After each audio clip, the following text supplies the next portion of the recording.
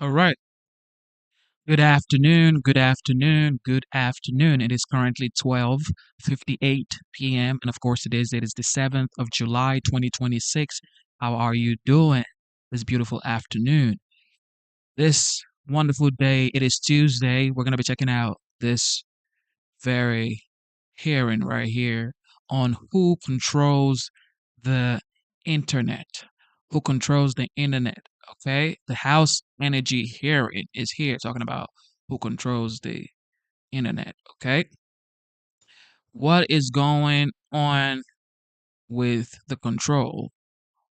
Of course, we want to protect the kids, we want to protect the ones that we love the most and dearly. Big tech is under fire. The internet debate, Congress demands answers. America's digital future, and who runs the network. Washington's tech battle. Okay. This is a huge, huge story. Also, the 5G tower, the satellite, the fiber optic cable situation. Uh, it is in the U.S. Capitol. And here we go. God bless you and your family. God bless this United States. And good afternoon. Welcome to today's oversight hearing of the National Telecommunications and Information Administration, or NTIA. I want to welcome Administrator Ariel Roth back to the Energy and Commerce Committee. Administrator Roth was once a detailee here at ENC. We'd love to see our alumni come move on to important roles in the administration, and you certainly have done us proud. NTIA serves as the President's principal advisor on telecommunication issues. This includes issues like broadband deployment, managing federal spectrum use, international telecommunications policies, advanced communications research, and strengthening public safety communications. Much of NTIA's focus over the last year has been on the $42.45 billion Broadband Equity Access and Deployment Program, or BEAD program. This program aims to connect the remaining unserved and underserved Americans to broadband. The Biden administration ran this program for 3 years, but burdened it with onerous regulations that created only confusion and delays. The result, in 3 years, they only approved 3 state proposals and 0 homes were connected to broadband. Last June, the Trump NTIA restructured BEAD, removing many of the Biden administration burdens. They eliminated technology preference, unlawful rate regulation of broadband plans, and unnecessary labor, DEI, and climate requirements. I proposed a similar approach in my Speed for BEAD legislation, and I'm thrilled that NTIA implemented many of my ideas.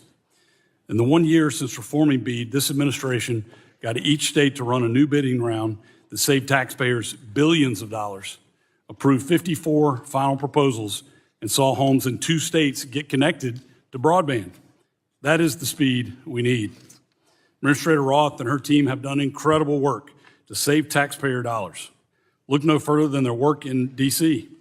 Rather than rubber stamping D.C.'s BEAD proposal, Administrator Roth and her team traveled around the district to see the places where D.C. wanted to use BEAD funds. They found D.C. wanted to spend $70,000 per location to connect a field house, a construction trailer, a gated Pepco electric utility building, a shed along Amtrak train tracks, a non-existent building along the same Amtrak train tracks, and an open field off the GW Parkway. Locations that we can all agree do not need broadband. Following this work, DC confirmed that they had 0 unserved or underserved locations that needed funding. I applaud NTIA's work in rooting out waste and generating real savings in this program. NTIA's BEAD reforms have saved over $20 billion for the American taxpayers. Now we must consider what to do with the non-deployment money. Although the infrastructure law outlines some uses, NTIA still maintains significant discretion on how states can use this money. I have made no secret that I believe some of this money should be used to deploy next-generation 911 nationwide. Deploying this internet protocol-based system at our 911 call centers will open the door to advanced tools for both the public and our first responders, directly supporting the intent of the infrastructure law.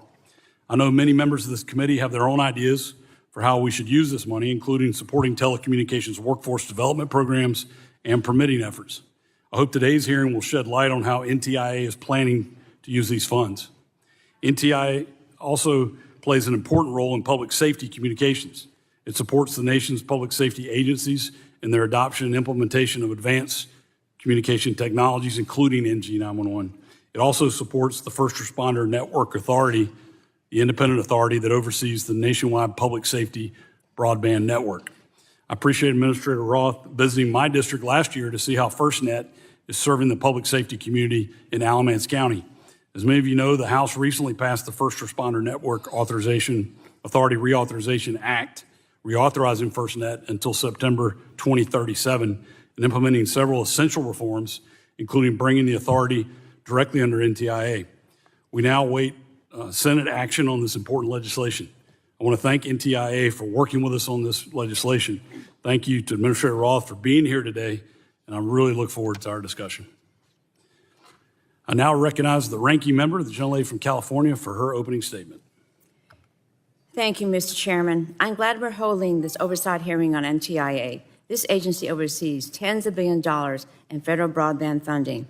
The American people deserve answers about why the Trump administration spent the last 18 months delaying broadband build-out and canceling funding for states and local communities, all while pressuring them to give up affordability and consumer protections. Reliable, affordable, high-speed internet is no longer a luxury. It's how our children can learn, how patients access telehealth, how small businesses compete, and how families stay connected. That is why Congress passed the bipartisan infrastructure law and invested $65 billion to close the digital divide, including more than $42 billion through the BEAD program. Congress made a promise to connect every community with affordable, reliable broadband. Instead of carrying out the promise, the Trump administration has spent the last 18 months gutting it. NTIA has repeatedly moved the goalposts, missed its own deadlines, and created uncertainty for states, providers, and the communities waiting to get connected. Today, we see the consequences. Providers are walking away. States are being forced to revisit decisions they already made. Communities that thought help was finally on the way are once again left wondering again when or if they'll ever get connected. California has worked in good faith to meet these shifting demands, but we're still stuck waiting on NTIA's final sign-off before we can get shovels in the ground. From Sacramento to San Joaquin and the El Dorado Hills, families are now waiting well into next year while the Trump administration keeps changing the rules. Even more troubling, NTIA is still sitting on more than $20 billion in BEAD non-deployment funding. Congress provided those funds because closing the digital divide requires more than laying fiber in the ground or launching satellites into space. It also requires making sure people can afford to get online and have the skills and support to use that connection.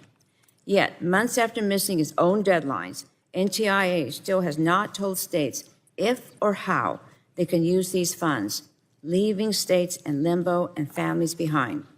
I'm equally concerned that in other areas, NTIA is also exceeding the authority that Congress gave it.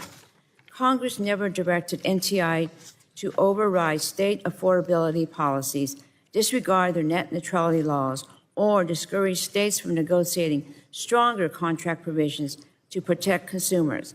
And Congress certainly never authorized NTIA to override state AI laws. Yet President Trump is threatening to withhold billions in broadband funding if he doesn't like their AI protection. The administration also illegally canceled nearly $3 billion in digital equity funds, including $70 million that's going to help California families. That decision stopped their proposed project that would have helped more than 500,000 digitally disadvantaged Californian households gain affordable broadband access, digital skills training, and the devices they need to participate in today's economy. Across 50 California counties, including the Sacramento regions, seniors, veterans, students, people with disabilities, and low-income families are left behind because President Trump didn't like a program Congress specifically created to help them. Today, I'm concerned we'll hear NTIA continue to dodge accountability, offer vague answers, shift blame, and exceed the authority Congress gave it. But the American people deserve clear answers. When will states receive certainty about funding? What legal authority does NTIA believe it has to impose requirements Congress never enacted? And when will states finally be allowed to finish the work Congress directed them to do? Congress passed a bipartisan law. NTI's job is to follow it, not rewrite it. Lastly, we must continue leading the world in spectrum policy, which powers the devices and services Americans depend on to work, learn, and stay safe. And that's why the U.S. government must speak with one voice at next year's World Radio Communications Conference. I urge and encourage NTIA to hold a Spectrum Summit to ensure that the U.S. has a united front with our strategic allies. And with that, Mr. Chairman, I yield back. Thank you. I now recognize the chairman of the full committee, the gentleman from Kentucky, for 5 minutes for his opening statement. Thanks, Chairman Hudson. Thanks for holding a supporting hearing today, and I thank Administrator Roth for being here. Welcome to the committee, back to the committee. The National Telecommunications Information Administration plays a critical role in ensuring every American has access to connectivity, and that the United States continues to lead the world in technological information. I'm sure Chairman Hudson, I know he spoke a lot about BEAD, and I'm sure you mentioned that it took 3 years of the Biden administration to not get a penny out. I'm sure you brought that up when we were talking about delays. But anyway, I won't focus on that. I'm going to focus on the work you're doing on Spectrum. My good friend, the ranking member of this subcommittee, and I have worked very closely together in very long hours on Spectrum, so I appreciate being here together with her. So one of the important roles NTIA plays is managing the use of federal spectrum as demandable for private use sector. The Working Families Task Force directed NTIA in coordination with the FCC to identify 500 megahertz of federal spectrum for reallocation for commercial use. I am pleased to hear that NTIA has already begun identifying bands for reallocation and studying other important mid-band spectrum bands. I hope NTIA can move quickly to get these bands to auction. This is crucial to maintaining United States leadership in wireless innovation. NTIA also plays an essential role in representing the United States in the international telecommunications discussion, including this year's I2A meeting and next year's World Radio Communications Conference. We have our work cut out for us. It's in China. I don't know who decided to locate that in China, but it is. And I know we're going to have all hands on deck and working together. I look forward to hearing from Administrator Roth about our preparations for these two important events. American leadership globally is key.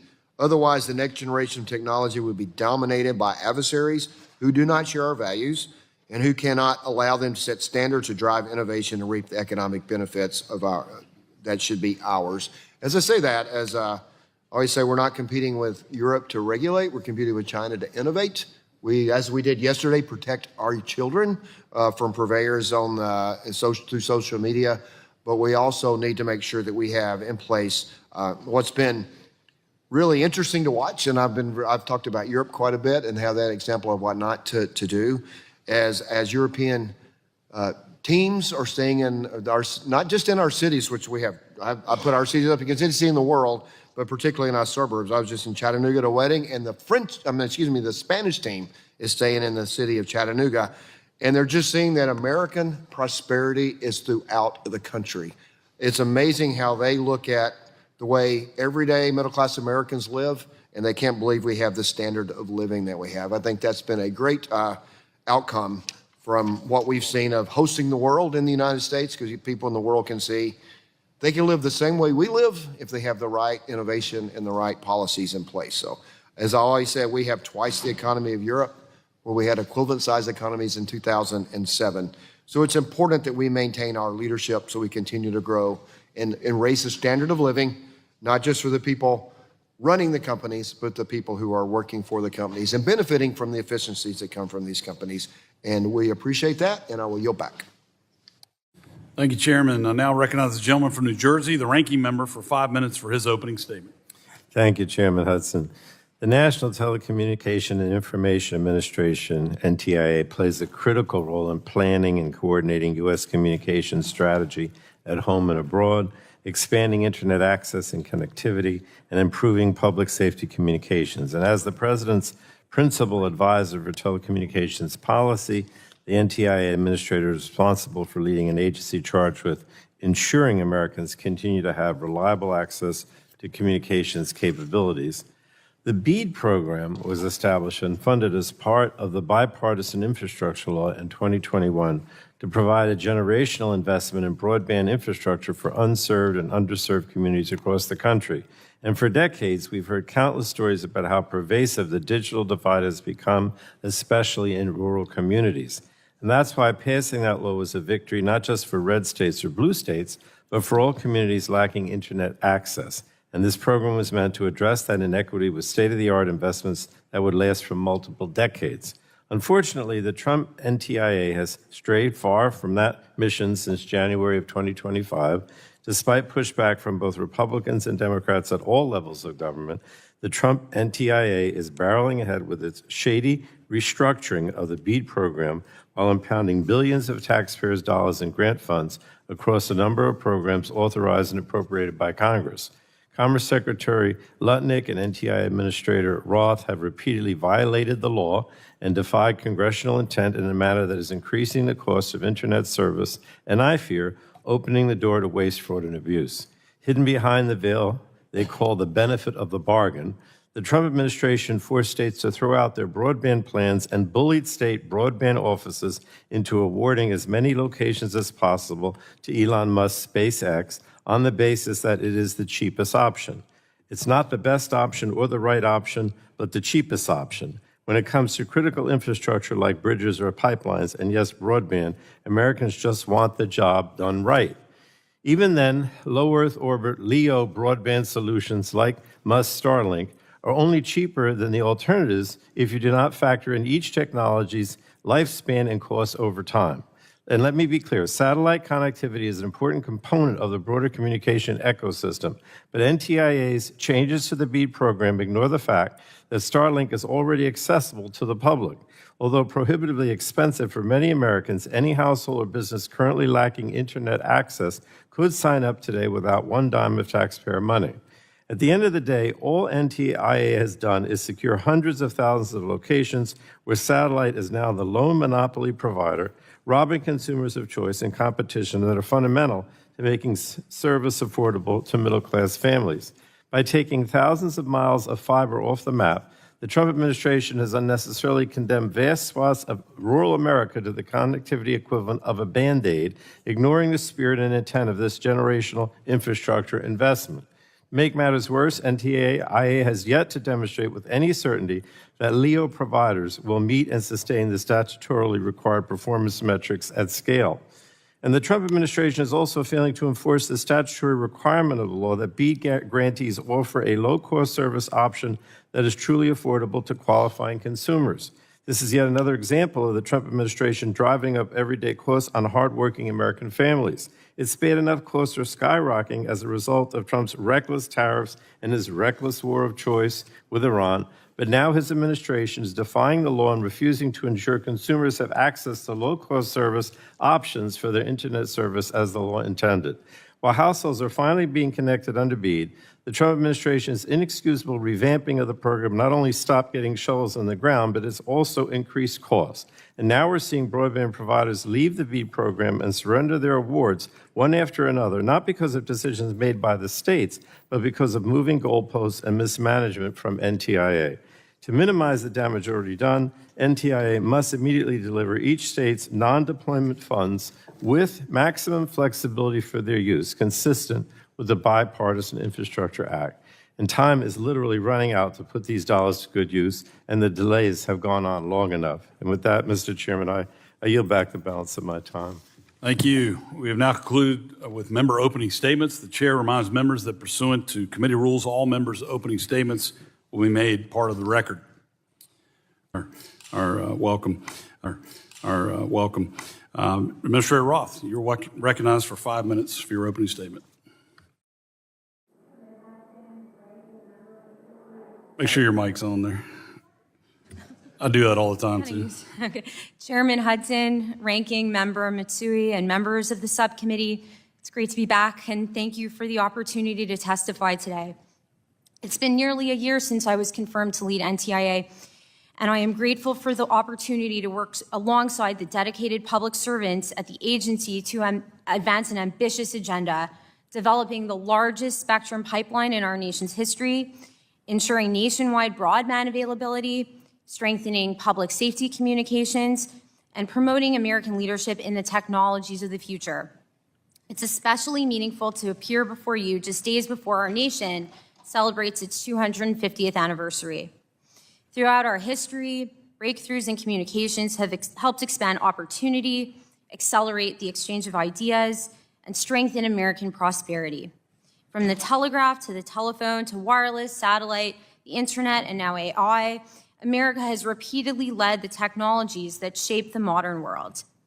At NTIA, our responsibility is to ensure that the next generation of communications technologies continues that tradition by removing obstacles to innovation, expanding opportunity, and strengthening American leadership. Consistent with the Working Families Tax Cut Act and President Trump's memorandum establishing U.S. leadership in 6G as a national priority, NTIA is moving aggressively to identify at least 500 megahertz of spectrum for commercial use. Thanks to our progress across the 7 gigahertz, 2.7 gigahertz, 4 gigahertz, and 1.675 gigahertz bands, we are on track to meet that target ahead of our statutory deadline. To support transparency and accountability, NTIA recently launched spectrum.gov so that Congress, industry, and the public can track progress in real time. NTIA is strengthening engagement in international standards bodies, preparing aggressively for the 2027 World Radio Communication Conference, supporting American leadership at the ITU, and helping ensure next-generation networks are built on secure and resilient technologies rather than standards shaped by authoritarian regimes. Another major priority has been reforming the BEAD program. When this administration took office, BEAD was weighed down by unnecessary red tape, market-distorting restrictions, and requirements that exceeded the statute. Under Secretary Lutnick's leadership, we restored the program's focus to its core mission, connecting Americans through competition, accountability, and respect for the law.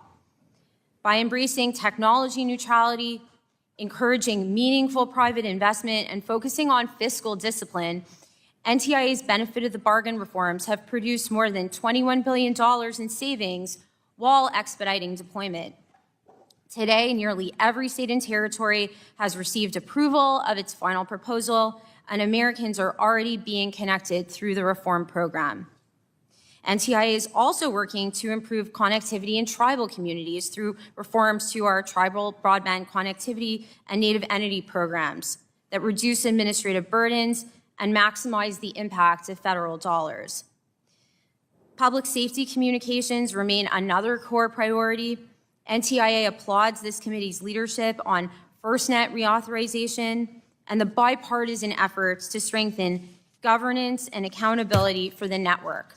Thanks to NTIA's enhanced oversight of FirstNet, Secretary Lutnick was able to secure an additional $2 billion in value under the contract, enabling further expansion of coverage and connectivity for first responders.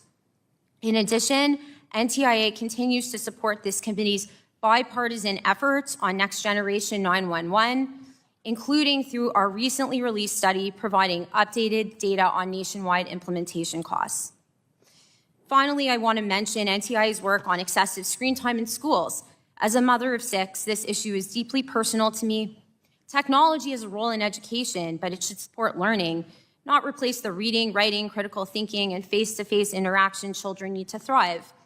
As parents have become increasingly concerned about the amount of screen-based instruction their children receive during the school day, NTIA has convened parents, teachers, researchers, and our partners across this administration to ensure federal policies put children's learning and healthy development first. NTIA is delivering results across our core missions. As our nation marks 250 years of freedom, innovation, and ingenuity, we remain committed to advancing policies that remove barriers, unleash private sector innovation, and help ensure America leads the next technology frontier. Thank you, and I look forward to your questions. Thank you. We'll now begin questioning, and I recognize myself for 5 minutes. Administrator Roth, let's jump right in. When can we expect guidance on how states can use remaining BEAD non-deployment funds? No, I understand that everyone and the members of the committee in particular are very focused on this question. NTIA is extremely outcome driven. We saw those results through our management of the BEAD program. We inherited a program that had been weighed down, and we course corrected it and saw incredible outcomes, both in terms of taxpayer savings, faster deployment, and universal connectivity. And we want to see the same effective outcomes when it comes to the remaining funding that states have worked so hard to produce. We want the funding to produce real measurable outcomes, be non-duplicative, non-distortionary, and I think we're really focused on getting the funding right. We've received a tremendous amount of interest and comments on how the funding should be used, and we're proceeding cautiously in producing the guidance so that we can ensure that this funding achieves the same success as the first segment of the BEAD program. And we plan to release guidance this summer. Well, I appreciate that answer, and I think your track record on the BEAD program writ large it was excellent, and so that at least in my case creates some trust that you will handle this appropriately and correctly. But obviously, we want to make sure these funds are used. But to your point, we want to make sure they're used correctly and effectively, so they actually reach real people out there. So I appreciate the care with what you're using, but we want to work with you to get this done as quick as we can. You and I have talked many times. I'm a strong supporter of Next Gen 911, and I've called for upgrading across the country to NG 911.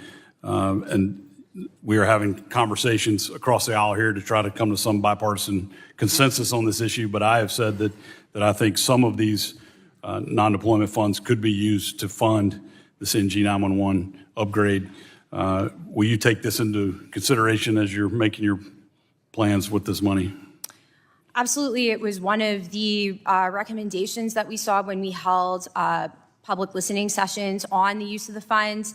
And I thank you for your leadership on this issue. Chairman Hudson, I should have mentioned that I've really enjoyed working with you on public safety communications ever since my second day on the job, visiting your district in Alamance County for a FirstNet groundbreaking.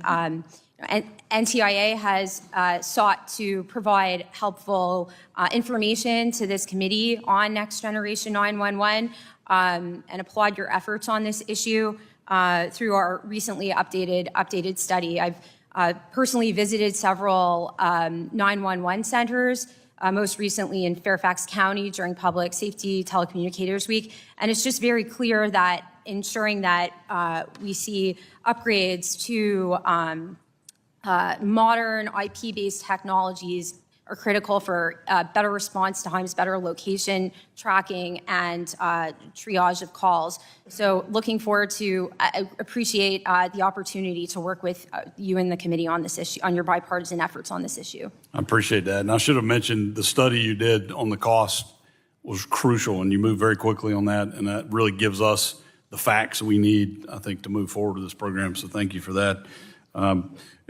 Going back to BEAD program writ large, I understand that some providers have rejected their awards and have backed out of the program. What is NTIA doing to ensure that homes and businesses these providers were supposed to serve ultimately receive service? Thank you for the question. So our goal is to see universal, ubiquitous connectivity through BEAD. That's the law, and we're achieving that. To level set, we have seen some changes in the BEAD program. I think that's to be expected in a program of this size. We've only seen about 1% of BEAD locations affected by changes, but the good news is that we planned and we have a process in place to ensure that areas that are subject to changes get served. And we've successfully backfilled in about a dozen states where that's occurred. And we're eager to ensure ubiquitous connectivity.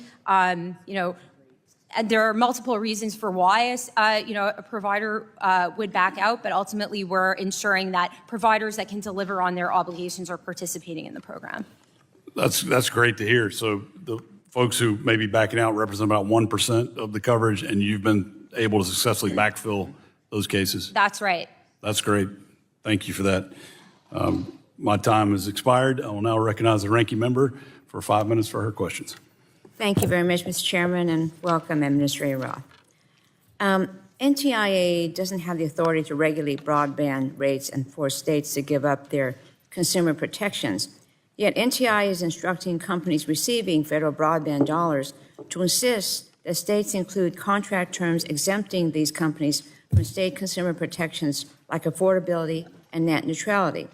Administrator Roth, you've said, and I'm quoting from your October 2025 Hudson Institute remarks, any state receiving BEAD funds must exempt BEAD providers throughout their state footprint from broadband-specific economic regulations, such as price regulation and net neutrality. California has strong consumer protections, including our own net neutrality law, and has long negotiated stronger broadband contracts to protect consumers. Yes or no, should California lose broadband funding because it wants stronger consumer protections than what NTIA requires? No, we believe that every state, including California, should get access to broadband through the BEAD program.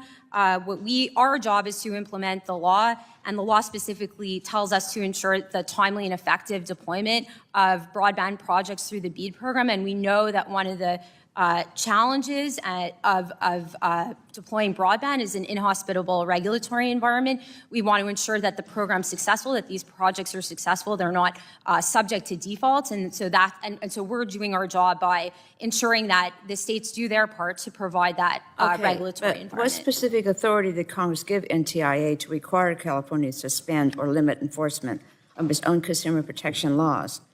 Not just for BEAD-funded networks, but for a company's broadband operations throughout the state? The law requires NTIA to provide rules and guidelines on the effective deployment of broadband through the BEAD program. We know, and history has shown, that government price regulation undermines incentives to invest, particularly in rural areas where deployment is already challenging. And so regulations that are hostile to that investment, as we saw, under the previous rules, providers stayed away precisely because of hostile rate regulation mandates. We don't want to see that mistake happen. I'm asking where Congress specifically authorized an NTIA to affect legal rights and obligations outside the scope of the BEAD-funded project. Yeah, no, we are not preempting any state laws. What we are saying is that states have to, with respect to BEAD projects, because our mandate and our jurisdiction is BEAD projects need to be protected from regulations that undermine the success of the BEAD program and BEAD projects. So you're saying that NTIA can actually tell them to just forget about any consumer protections, in this case in the state? No, we support consumer protections. I think that our focus is on rate regulation. We're motivated, or we're driven by evidence and data. A bipartisan Congress recognized or actually precluded NTIA from rate regulating in the BEAD program precisely because of data showing that rate regulation harms investment. We don't want to jeopardize the success of BEAD projects, and so therefore we've entered into agreements with the states where they've promised to ensure a healthy regulatory environment so that these projects can be successful. Okay, well, I think I'm going to have to follow up with you later on that. Congress passed a bipartisan infrastructure law to connect Americans to affordable, reliable broadband. It did not condition broadband funding on whether a state regulates AI. Yet the Trump AI executive order directs NTIA to withhold broadband funding from states with so-called onerous AI laws. California has led the nation on both broadband and responsible AI. It shouldn't have to choose between protecting consumers and receiving broadband funding. That's why I co-authored the Guardrails Act to repeal this dangerous executive order. Now, Administrator Roth, yes or no, can an executive order rewrite law? I serve the president and I implement the law, and those two things are not in conflict. Executive orders are lawful direction to executive branch agencies. So, okay, so what specific provision in the bipartisan infrastructure law authorizes NTI to condition BEAD funding on a state's AI laws? So no final decision on the report has been made. I'm not going to prejudge outcomes before we've completed our review. What I can say is that our report, the report will comply with the law. I think that it's also important to keep in mind as we've seen, there's and as the executive order shows, there's a symbiotic, I'm sorry, I'm out of time. You can complete your answer. Yeah, a symbiotic relationship between broadband deployment and AI. AI is how broadband is how consumers get AI, and AI is increasingly becoming embedded in broadband network architecture. So I think, it's per our mandate to ensure timely and effective deployment of broadband, it's important that the regulatory environment reflect those outcomes. I'd like to. Chair now recognizes the chairman of the full committee, Mr. Guthrie, for 5 minutes for his questions. Thank you. Thank you for being here, Administrator Roth. As I mentioned in my opening statement, the Working Family Tax Cut directed NTIA to identify 500 megahertz of federal spectrum for allocation for commercial. I understand that some bands have already been identified for commercial use and that studies are underway on others. How quickly can these studies be completed from there? And how quickly can we expect these bands to be ready for auction? Thank you, Chairman Guthrie, and it was great to meet with you as I started my role as NTIA administrator. Thank you for your leadership and the committee's leadership on spectrum. Getting more spectrum into the marketplace is a core priority of this administration, and we're working aggressively to meet the mandate set out for us in the Working Families Tax Cut Act. We are on track not only to meet that mandate, but memorandum, and we're going to identify spectrum in the 7 gigahertz band ahead of schedule by the end of this year. And we're at NTIA, we're extremely focused on this mission. We're working on 4 studies at once, which is unprecedented. And so we're working with the FCC and other federal partners to get spectrum studied and identified as quickly as possible so that we can meet Chairman Carr's goal of 5 auctions during this administration. I was going to ask how we can help you speed this up. It sounds like you're in the express lane already getting this done. Huh? Is there things we can help you with to get it done faster, or do you feel like you're pretty comfortable the way that it's going? We're working very fast. We were able to secure funding in the 2.7 gigahertz band in half the time it took the previous administration. But at the same time, what we're working on and how we can get spectrum identified is through the Spectrum Relocation Fund process, which is really essential to ensure that we have the certainty over what we're auctioning and under what parameters, so that an auction can be successful. So let me follow up. So a major component of reallocating spectrum from federal to non-federal use is the Spectrum Reallocation Fund. We've heard that there can be barriers to agencies utilizing these funds, ultimately delaying new spectrum getting in the hands of commercial users. What can Congress do to reform the Spectrum Relocation Fund so that it can be better used as an incentive to encourage federal agencies to relocate? So, we would defer to Congress, and we will abide by the law in the SRF. Do you have suggestions of how we can improve it? Do you have suggestions for how we can improve it? So one of the things that we've seen is that some of the timelines perhaps could be truncated to get funding to the agencies more quickly and enable us to complete our studies quicker. One timeline that the committee could consider would be the 60-day congressional notification timeline. There's also a 6-month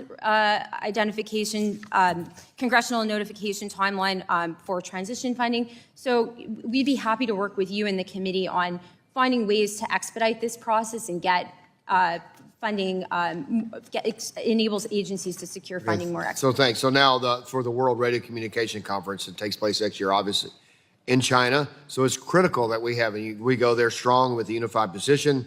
And so can you discuss the status of the preparation for the World Radio Conference 27 and our ability to develop a unified position on different agenda items?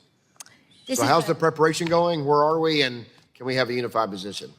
This is a core focus of this administration. We're working aggressively with our interagency partners to get our positions identified well ahead of WRC so that we can build an international a coalition of like-minded partners and build support for those positions. One of the ways NTIA did that was by holding a training in Ghana with 27 key regulators from 20 different African countries. The agenda at WRC is going to be very satellite heavy, and so we worked with those regulators to promote U.S. Commercial space interests, which is a very important area strategically for us. And what kind of extra considerations do you have to give, given that it's in China? Yeah, so one of the things that we need to do is ensure effective leadership at the ITU. The Plenipotentiary Conference, where upcoming elections are happening, is this November, and so we're working to ensure that Doreen Bogdan-Martin wins her election as Secretary General of the ITU, as well as the U.S. Wins in its other elections. Effective leadership is important to ensure that we can promote our interests in an effective way at WRC without surveillance or interference. That was an issue I spoke about at ITU Council in Geneva in May. Thanks. Well, my time has expired, so thank you for your answers, and I yield back. Thank you, Chairman. I now recognize the ranking member of the full committee, Mr. Pallone, for 5 minutes for your questions. Thank you. As I've mentioned, I have serious concerns that your tenure as NTIA administrator has shown a pattern of decision-making ranging from irresponsible to outright unlawful. And the common thread that ties it all together is a dereliction of your duty to prevent waste, fraud, and abuse of taxpayer dollars. For instance, the bipartisan infrastructure law specifically prioritizes broadband technologies in the BEAD program that are the most reliable, scalable, and future-proof, meaning that they will not become outdated or obsolete in the near future, but instead, you force states to prioritize the cheapest bids, regardless of a technology's scalability or longevity. And it's difficult to ignore the growing list of similarities between your new BEAD program and the failed Trump Rural Digital Opportunity Fund program. Both incentivize a race to the bottom, fraught with numerous provider defaults, and open the door to waste, fraud, and abuse. And worse, by imposing arbitrary per-location price caps, you failed to accurately reflect the actual cost to serve the rural, low-density locations that are the specific target of the BEAD program. And the decision to ignore the law has redirected valuable funding away from infrastructure that would last for decades to subsidies instead for Elon Musk's satellite service, which we know faces affordability, reliability, and spectrum capacity constraints, and is widely more expensive for customers in the long run. Yet you have issued no guidance on how they're supposed to ensure that SpaceX does, in fact, have the capacity to serve every location they've been awarded. So let me ask Administrator Roth, what evidence do you have to suggest that LEO broadband will be able to meet the law's performance requirements at all times for the entirety of the locations it has been awarded?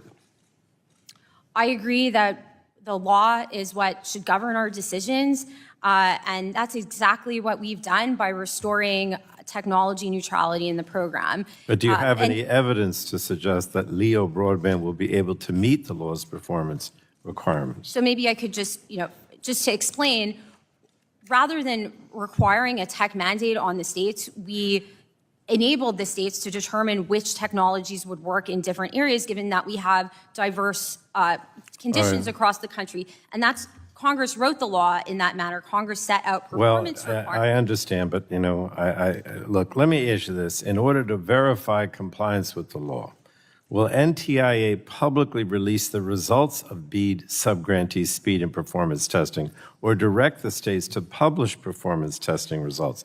That's a way for us to get to the bottom of it. Yeah, that's in our rules. You will do that. Provider is required to abide by our performance. No, I'm asking you if you'll publicly release the results of the BEAD subgrantee speed and performance testing, or direct the states to publish performance testing results. That's a specific question. Yes or no? Yes, aggregated data All right, is I appreciate it. because I do believe transparency is important to verify compliance with the law. I'm also concerned that you've restricted states' ability to hold delinquent providers accountable or penalize subgrant recipients for failing to deploy or reserve capacity. And I think it's critical that we have some level of insight and accountability into the BEAD program going forward. So NTIA's semi-annual report requirements for the BEAD program mandate that states submit detailed progress reports every 6 months.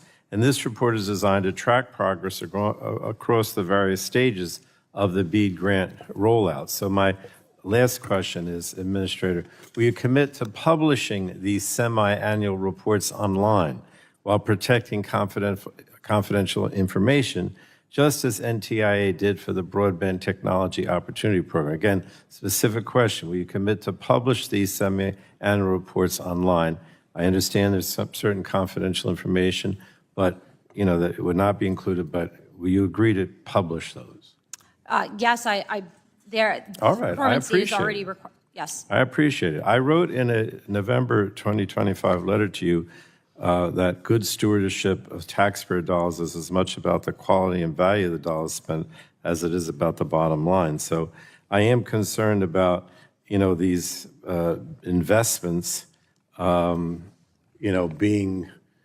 made, at the cheapest level as opposed to what I consider quality, and I think that that's wrong. But I appreciate your responses today, and we'll follow up. Thank you, and I yield back, Mr. Chairman.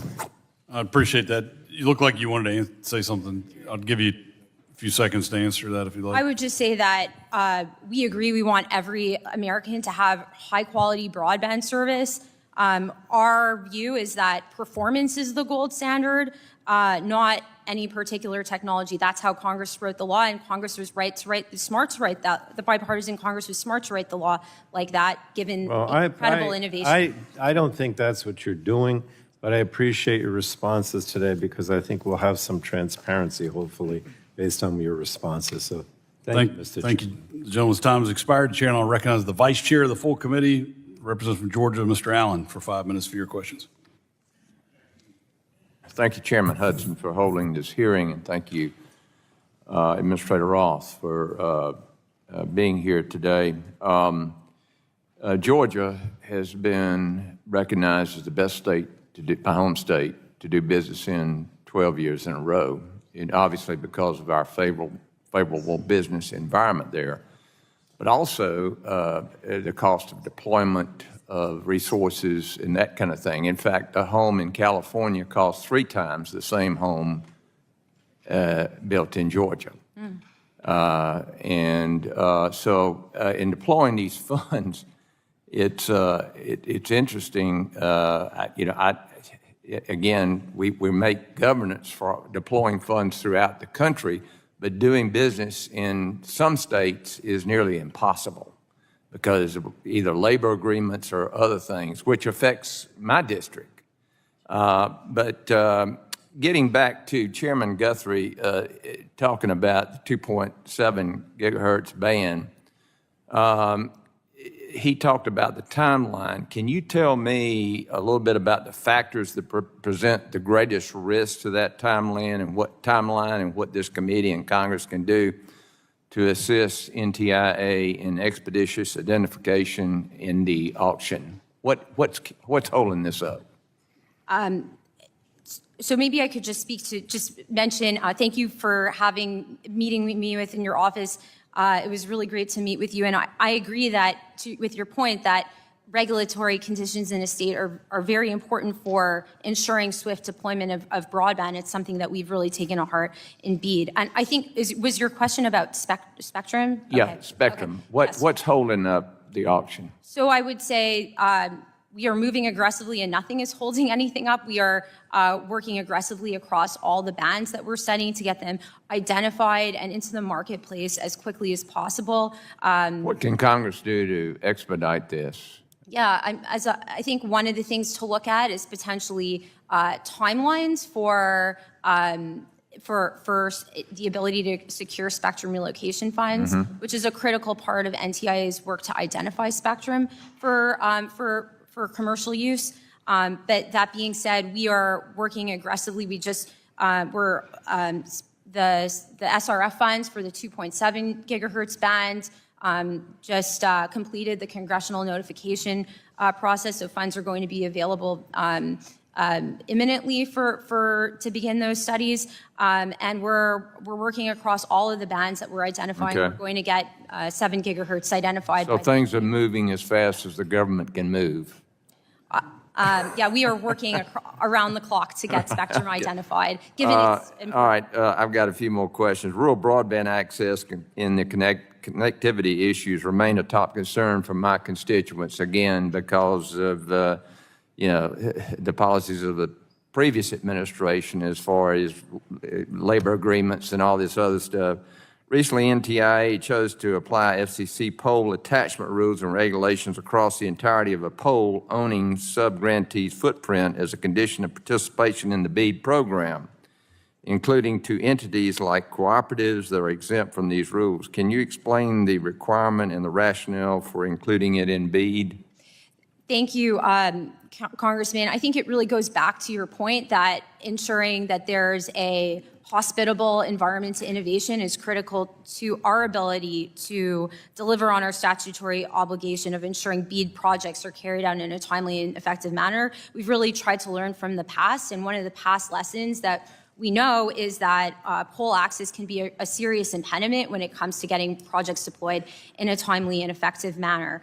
And so our job is to ensure that BEAD doesn't get held up by pole access. So and that there is a COP on the BEAD. Section 224 of the Communications Act still applies, and state laws still apply to the extent that they govern municipal and cooperative poles. But there is a risk that that in BEAD, that because pole owners have entered BEAD markets, that incentives aren't necessarily aligned with the goals of BEAD, and so we just need to have a COP on the beat. Well, on poles. these co-ops, Electrified America, they're doing great work. Come down and talk to them about how best to do this, and Okay. before you implement something that they have to deal with. I have another question. I'll submit it for the record because I'm out of time, and I'll yield back. Thank you very much. Thank you. Thank the gentleman, the chair, and I'll recognize the gentleman from Florida, Representative Soto, for 5 minutes for your questions. Thank you, Mr. Chairman. Unfortunately, rural America has lost faith in the rollout of the rural broadband program. We've seen 18 months of bureaucracy, 18 months of talk, 18 months of delay. A lot of my folks back home think that the rural broadband plan was actually the smaller rollout of the American Rescue Plan broadband, because that's the only thing that's happened to date since 2021. We saw March of 11, 2021, the American Rescue Plan was signed into law. In December 1st, 2022, Florida was one of 6 states to get funds under the American Rescue Plan Capital Projects Fund. And in February 2nd, 2023, Governor DeSantis announces Uhaw Junction, Kenansville, in our district received $4 million, and Deer Park and Bold Creek received $3.6 million to deploy fiber and connect rural areas of Osceola County. I can tell you this was a huge change for a lot of folks down there. Everyone from small business owners like realtors, folks who are using Wi-Fi and GPS and other technologies for cattle and citrus and smart farming. It was a big help for them. But then you contrast it to the BEAD program itself, passed into law November 15th, 2021. July 18th, 2022, we saw the letters of intent due from governors. By 2022, in August, they submitted their applications. By 2023, NTIA announced allocations for all states. And then in January 2025, the president unfortunately paused the BEAD program to revamp it. But here we are 18 months later, and we still see, I think only Louisiana is the only state that's had some broadband actually built already. Florida's program was approved on January 7th, 2026, which we appreciate.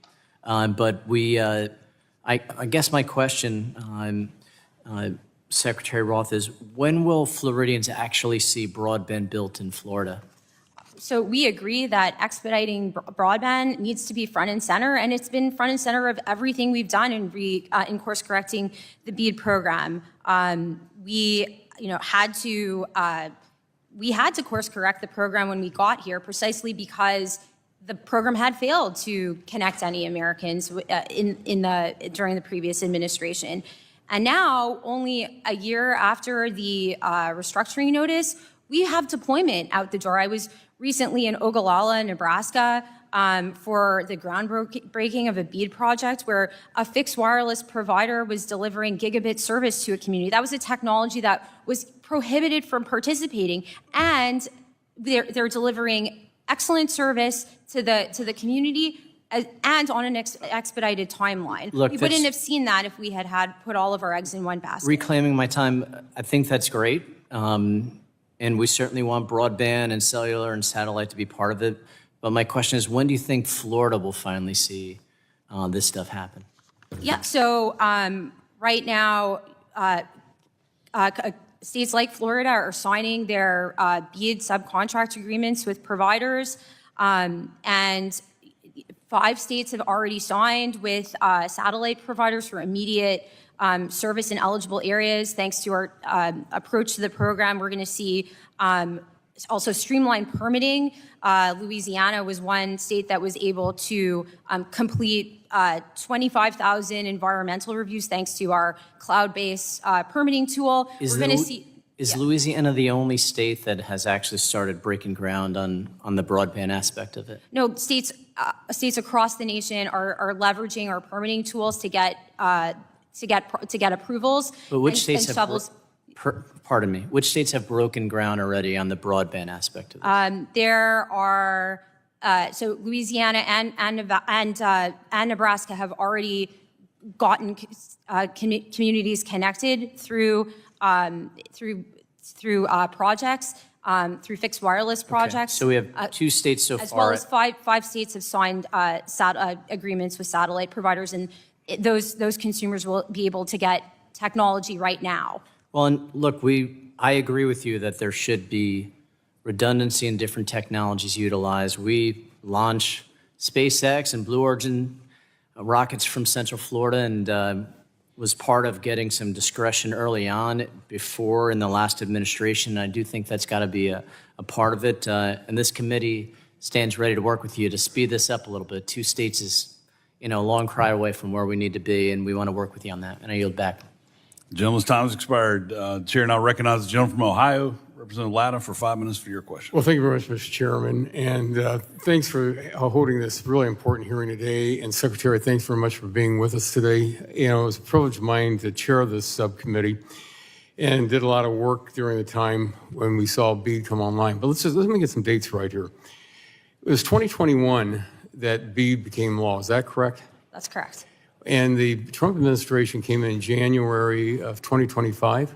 Correct. How much of a deployment was made in that period of time from 2021 to January 25? Not a single home connect. Not anything, period, 0. And we had, it was an estimate at that time that we had 8 million households across this country that did not have broadband at that time. And during that period of time from 2021 to 2025, 0 got deployed.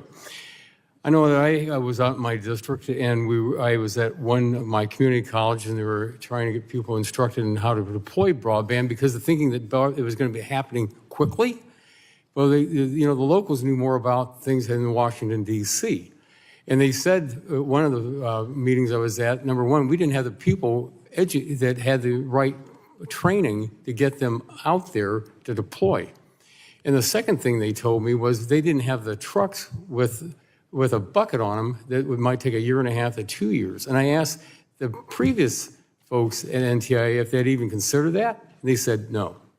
So there's a lot of other things out there that were contributing factors, but they just get this deployed is really important. Were there regulations out there at the time that really put things behind for states to try to get the broadband deployed during the previous administration? Yes, we saw there were a plethora of negative consequences from the red tape and hostile mandates that were on the program when we inherited it. But thanks to our reforms, states were able to target projects to the right areas based on their unique circumstances.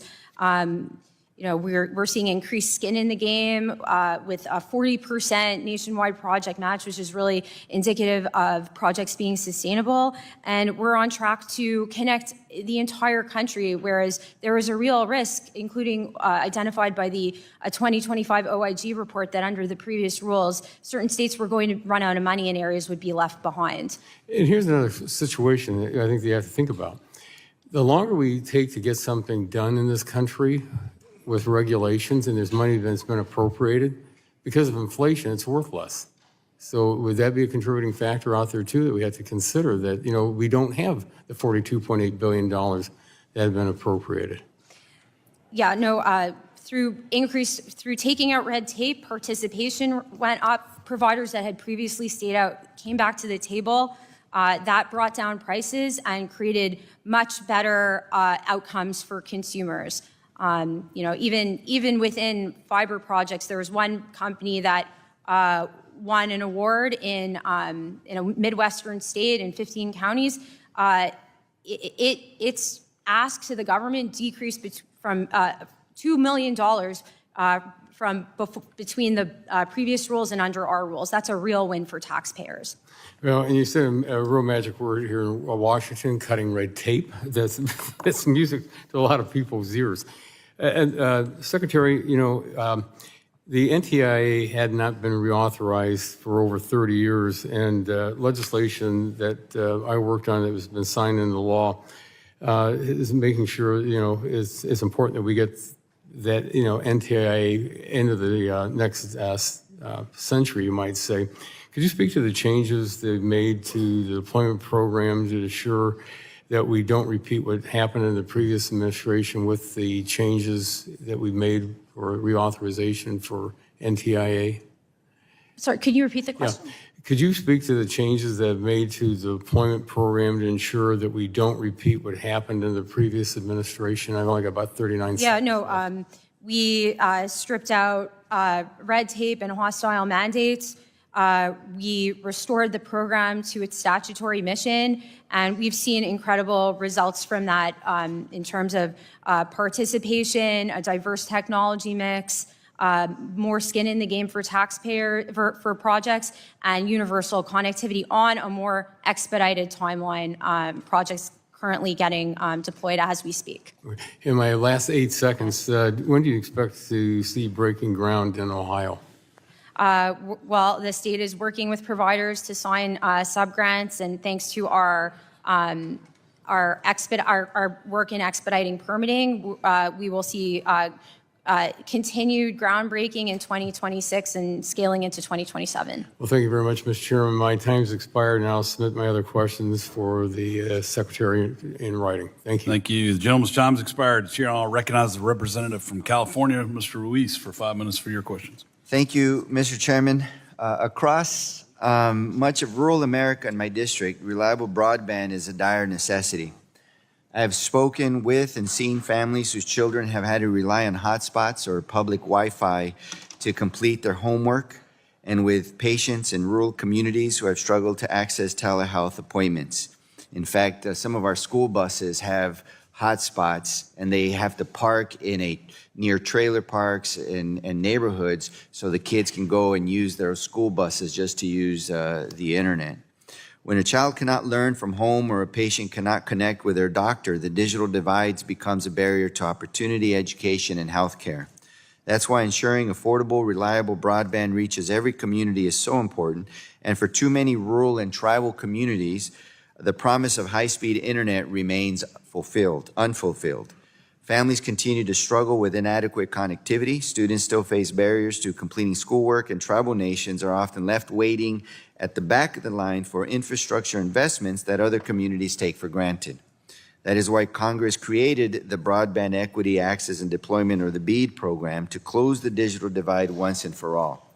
So California was allocated nearly $1.9 billion through the BEAD program and has spent years working with local governments, providers, and tribal nations to develop its plan. Yet communities in my district are still waiting for certainty as NTIA continues reviewing state proposals under quote-unquote revised program requirements. Administrator Roth, thank you for visiting me last week in the office. I had a wonderful conversation. Can you provide a timeline for when California's BEAD final proposal will receive NTIA approval? Thank you, and thank you for meeting me in your office. It was really interesting to discuss the issue that you mentioned of children's technology use. Really appreciated our conversation. In terms of California, we would want to see every last state approved, including California. We have communicated certain challenges. What's the timeline? When can we expect the decision? Yeah, so right now the ball is in California's court. We've communicated changes that we're going to need to see in order to ensure that the proposal complies with our rules and the principles of benefit of the bargain. And we're really looking forward to getting California across the finish line, as well as all states and territories. So while California continues to wait for its final approval, all states, tribal nations, local communities still lack clarity about how remaining BEAD resources can be used and who will benefit. I will remain deeply concerned that we continue to face delays on this issue. So we were explicitly promised that guidance would be issued this month, and it has not happened. The continued failure to deploy it is unacceptable. We need certainty. We need completion of these guidance. Administrator Roth, can you commit that NTIA's funding decisions will be based on statutory program requirements and broadband deployment needs rather than state policy disagreements? Absolutely. Our job is to implement the law, and that has been front and center for us as we've approached the BEAD program, and I think is evident from the decisions we've made. I also remain concerned about the long-term stability of the Universal Service Fund. Communities in my district, including rural agricultural communities and tribal nations, depend on these programs to remain connected. That is why I introduced the Tribal Internet Expansion Act, which would ensure that tribal nations are explicitly included within the statutory framework guiding universal service policy rather than relying solely on administrative discretion. While I was pleased NTIA finally announced new funding opportunities for tribes under existing programs that had been on hold, I am disappointed by how long those processes were delayed, and that the announcements were made only when you were right about to appear before this committee. Administrator Roth, can we get your commitment that NTIA will work with Congress to strengthen tribal broadband access and support policies that recognize tribal nations as essential partners in achieving universal service? Absolutely. We respect tribal sovereignty at NTIA, and we actually held 2 tribal consultations in developing our TBCP guidance in January, and ensuring that tribes get universally connected has been at the heart of our reforms to the TBCP program. Thank you. I appreciate that. Gentleman yields back. The chair now recognizes the representative from Virginia, Representative Griffith, for 5 minutes for your questions. Thank you very much, Mr. Chairman. We had a lot of delays in getting the plan approved originally during the Biden administration. Virginia was one of the first to submit. But I'm glad to see that as a part of what you all have reworked, that you've allowed for low Earth orbit satellite internet to be used as a part of the BEAD program. I may have told you when you came to my office, or may have mentioned it in the hearing, I don't remember where, but I actually had a gentleman in Grayson County, Virginia, who came to me and said, you know, we're never going to get it. And the bottom line is, in a mountainous region of Virginia, they may not be as big as the mountains out west, but you can't run fiber to every nook and cranny, every holler out there, and we're going to need low Earth orbit. And he was thrilled when I told him that had now been included as a part of the plan, and looks forward to that getting some lower cost for him to be able to get the low Earth orbit internet availability. And further, I have to say, I think it's very prudent, and I think you might agree, to have redundant technologies in regions for critical broadband customers like hospitals and schools. You probably want to have more than just one. And I also bring up Grayson County because that was part of it borders North Carolina. And it got hit hard by Hurricane Helene. And I went out and observed a road that was completely gone, just gone. And in the road bed was the fiber. So that end of the county that had fiber was out for months because of that. Now, fortunately, the hospital in the region was not affected by that because it was far enough to the east that it didn't get as much damage. They had other issues, but they didn't have that issue. But don't you think that the allowing BEAD to be used with low Earth orbit satellite will help our hospitals and our schools to stay online in times of natural disaster? Mike. Make sure your mic's on there. Still getting used to this. Thank you, Congressman, and really grateful for the opportunity to meet with you and discuss, your district's challenges, especially as such a rural part of Virginia. And I really agree with you that, different technologies are going to work in different areas. That was what the bipartisan Congress recognized in writing the BEAD law. It set out performance requirements that each technology had to meet. Our gold standard is ensuring that projects meet those performance requirements, but it didn't make sense given the diverse conditions of our country to force a one-size-fits-all solution down the states, especially as you mentioned that different technologies work differently. Fiber is is an incredible technology, and indeed most of our program is fiber.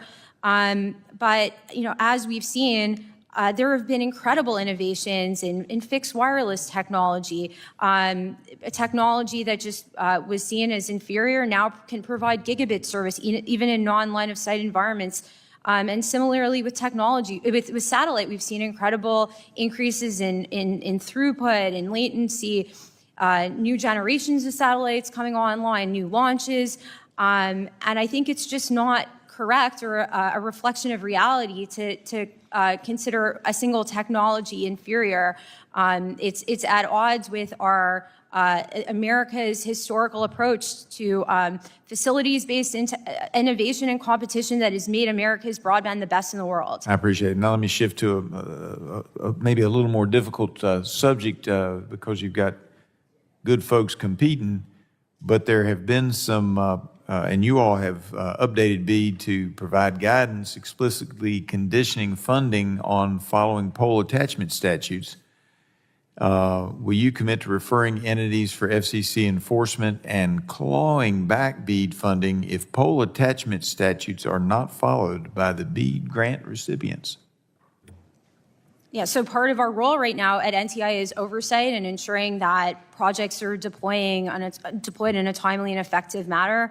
And that part of that is working to figure out where there are challenges on the ground and working with companies and states to address those. We have a process in our rules and our terms and conditions specifically on addressing permitting challenges. And last but not least, I will just note that I thought it was interesting. Not only did we have delays in the Biden administration, but there were requests earlier for you to talk about some laws and where did you all get your authority? And I remember because of the problem we had in Virginia with the Biden administration that one of the things they were trying to force at that time was that there be a specific low-cost plan that met the approval of the Biden administration, and yet the law specifically prohibits you from, you're supposed to have a low-cost plan, but the law specifically prohibits you from deciding what that low-cost plan is, doesn't it? I agree. The law specifically prohibits from rate regulating and micromanaging markets in that way. I think a bipartisan Congress recognized that that was not the right approach to to maximize participation and success in the program. And I yield back. Thank you. The gentleman's time has expired. The chair now recognizes the representative from California, Mr. Peters, for 5 minutes for your question. Thank you, Mr. Chairman, and thank you, Administrator Roth, for joining us today, and thank you also for meeting with me earlier on. In November 2021, Congress voted to invest over $42 billion to advance America's goal of universal broadband service, with over $1.8 billion reserved for California in the Broadband Equity Access and Deployment, or BEAD program. And when I came to Congress, one of the things I heard all the time was about rural broadband. Republicans were really concerned about that. And in the pandemic, we learned that the digital divide wasn't just rural or urban. It was also, it existed in wealthy cities like my own. And so this is a really important thing. It was a huge advance. And I have to say, I was critical of the Biden administration's deployment of this. I was frustrated that after 3 years, we didn't have any projects in the ground. And the witness came here when the Republicans took the majority, and the Democratic witness said the states hadn't gotten through the paperwork yet. She said it was hard to do. And I thought that the criticism of the Biden administration was in many respects very fair. And this administration came in promising to speed up the timelines. And after months of silence on BEAD funding at the beginning of last year, NTIA requires states to go through an entirely new process, the benefit of the bargain round. And because of this additional round, states that were on the cusp of receiving funding at the beginning of 2025 were delayed by at least 11 months. Then NTIA missed its own deadline to issue non-deployment guidance by months. That threatened the ability of states to do critical permit process overhauls to ensure the success of the program. California has still not received its funding for this critical program. California is one of only 2 states that has yet to receive final proposal approval from NTIA. And we know that if California were to receive NTIA approval today, my state will still need to seek final approval from NIST, receive the notice of its award, sign its award agreement, a process that is likely to take anywhere from an additional 6 months to a year. That's if NTIA were to approve California's final plan today. After months of going back and forth between NTIA and California on its final proposal, with multiple rounds of curing earlier this spring, California thought it was nearing final approval. And then after months of silence from NTIA recently sent California a completely new round of curing requests with new issues and questions NTIA had never previously raised. So we all know California will not be seeing the money anytime soon, leaving our unserved and underserved rural and urban communities behind. Administrator Roth, can you explain how changes brought under your leadership have fulfilled your claims of accelerating BEAD deployment, and when should Californians expect to see shovels in the ground? Thank you, Congressman, and it was great to talk to you in your office.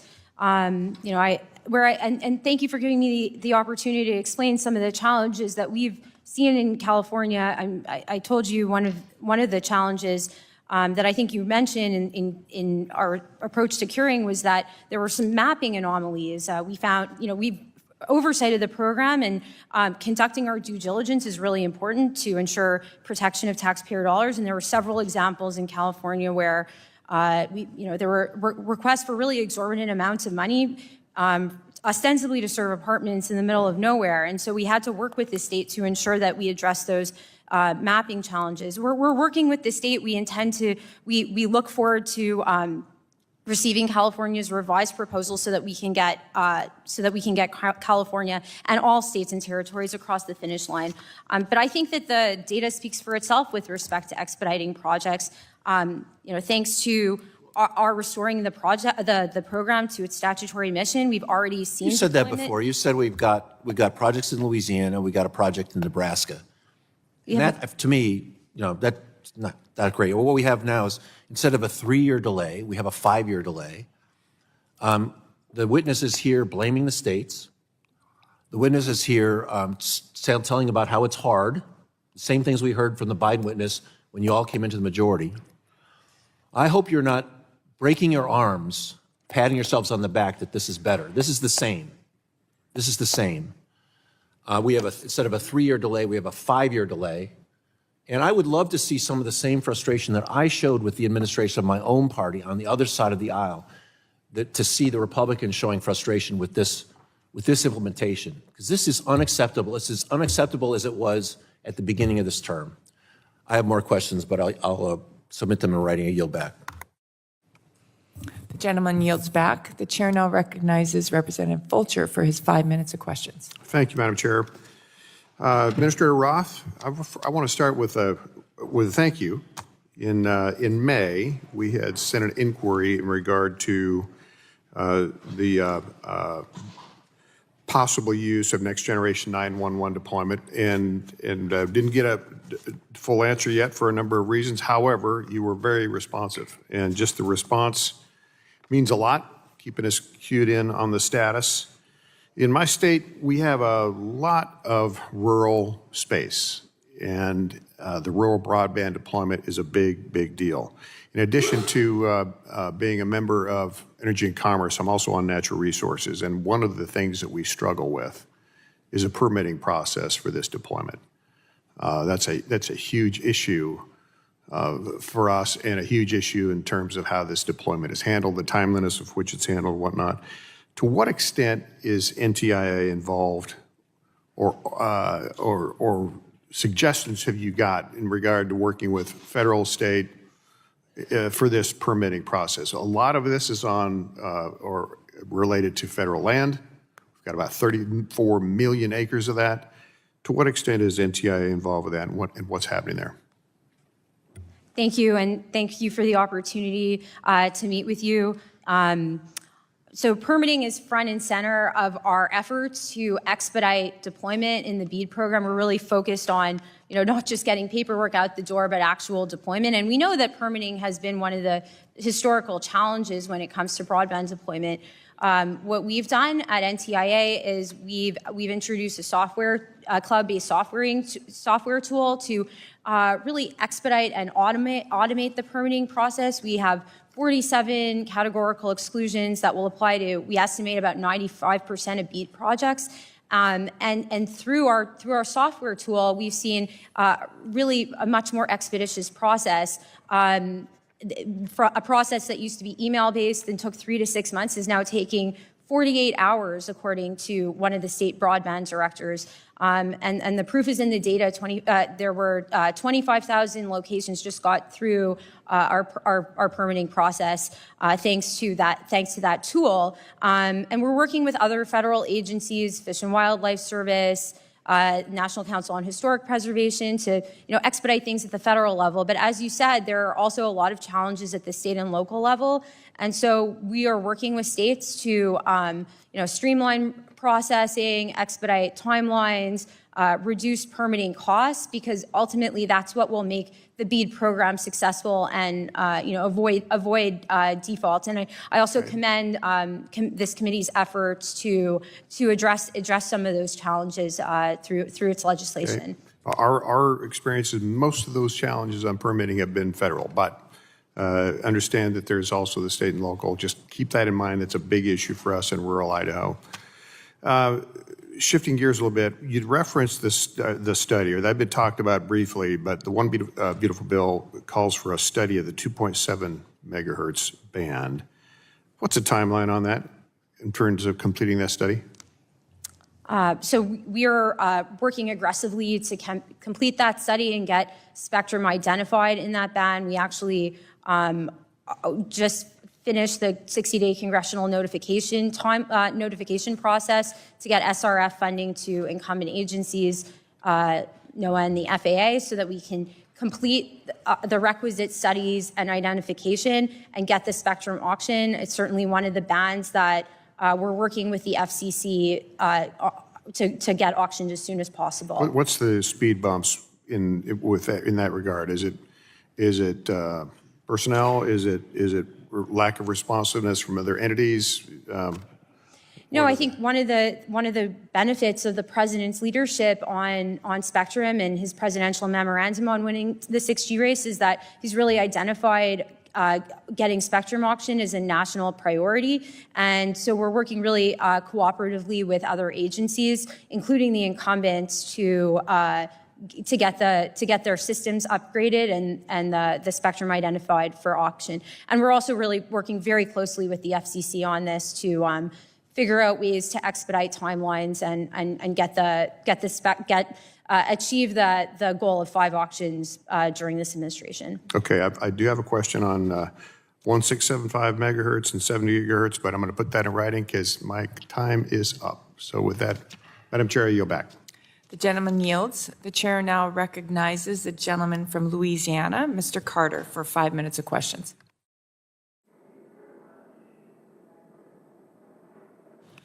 Thank you, Madam Chair, and thank you, Minister Roth, for joining us today. In January 2025, Louisiana became the first state in the nation to secure federal approval for a plan to deploy $1.3 billion in funding under the Original Broadband Equity, Access, and Deployment, or BEAD program, a program that designed to ensure that everyone, regardless of zip code, has access to affordable, reliable, high-speed internet. But instead of building on that progress, the Trump administration forced states to do years of approval planning, which delayed deployment and caused unnecessary uncertainty. While Louisiana's revised plan has now been approved again, roughly $800 million in Louisiana's BEAD non-deployment funding remains frozen. Those dollars were meant to expand telehealth, strengthen workforce development, improve digital skills, and help rural and underserved communities fully participate in today's economy, not sit idle. These delays are unacceptable. Every day, they continue to cost communities the connectivity, growth, and opportunity they deserve. Administrator Roth, Louisiana kept its bargain in a bipartisan manner, first under Democratic Governor John Bel Edwards, and then Republican Governor Jeff Landry. We worked with state, local, and federal partners to become the first state in the nation with approved BEAD plan. Our communities have done their part. Why hasn't NTIA done theirs? What's the holdup in releasing the deployment funds? Well, thank you, Congressman. Louisiana has, as you've seen, been extremely successful in its final proposal. The governor of Louisiana has spoken publicly about the benefit of the bargain reforms in promoting ubiquitous connectivity across the state, and we've already started to see deployment. We want to ensure that. I'm sorry, I have about 2 minutes left. Can you just tell me what's the holdup, respectfully? We're trying to get the guidance right, not just rush money out the door, because. But when the Biden administration was trying to get the guidance right, you said you were wasting time. You can't have it both ways. Let me ask you a quick question, yes or no? Can you assure me that Louisiana will receive its full BEAD allocation, including the $800 million in non-deployment funds? So Congress allocated funding can you assure to the us that we'll states. get it? We have. So Yes. now it's in your part. Can you assure me and the people of Louisiana that the $800 million in non-deployment funds will be unfrozen? The states will get their money according to the law. So that's a yes? Yes, we are thank you. fully That's intent. good. Thousands of rural economically disadvantaged locations in Louisiana were initially slated for fiber in January 2025, have now, under the benefit of the bargain round, had BEAD funding diverted to Elon Musk's satellite services. How do you justify delivering lower quality broadband to rural and underserved communities under BEAD when higher performance options like fiber are available and states like mine are willing and able to invest in rural communities? As I've said, performance is the gold standard, and the law was written in a tech-neutral way, and our job is to ensure that every last community gets priority broadband service. But how do you justify going to an inferior product over a more superior product? Well, different types of technologies work better in different communities. Fiber can be great. In some places, it's really exorbitant. And, there was an example in Louisiana where. Would you agree that Louisiana had passed all of its tests, was ready for everything to go, had shovels ready to go on ground? So what's different now? The only thing different now is a new administration that clearly wants to put his fingerprint on it, and I'm fine with that.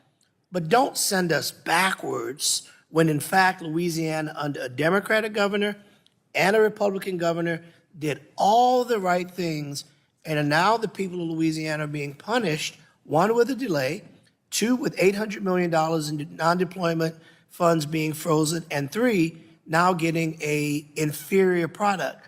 That doesn't sound like progress. That sounds like gamesmanship. we agree nobody should be punished, but we disagree that putting a mandate on a single technology means better outcomes. In Louisiana, allowing fixed wireless to participate in the program not only brought down costs, but it also expedited deployment in the states. Respectfully, you mentioned in your comment that Louisiana got it right. You mentioned in your comment that you acknowledged that we were first, that we got it right. But now we're being punished by getting an inferior product after the fact, when in fact we've gone through all those batteries of tests, all of those hoops, all of those jumps among 2 different administrations, only to find it rechecked, redone, and now we're getting less money, inferior product. That's just not cool. I'd love to meet with you, Administrator Roth, and have a more in-depth conversation. My time has expired now. Mr. Chairman, thank you.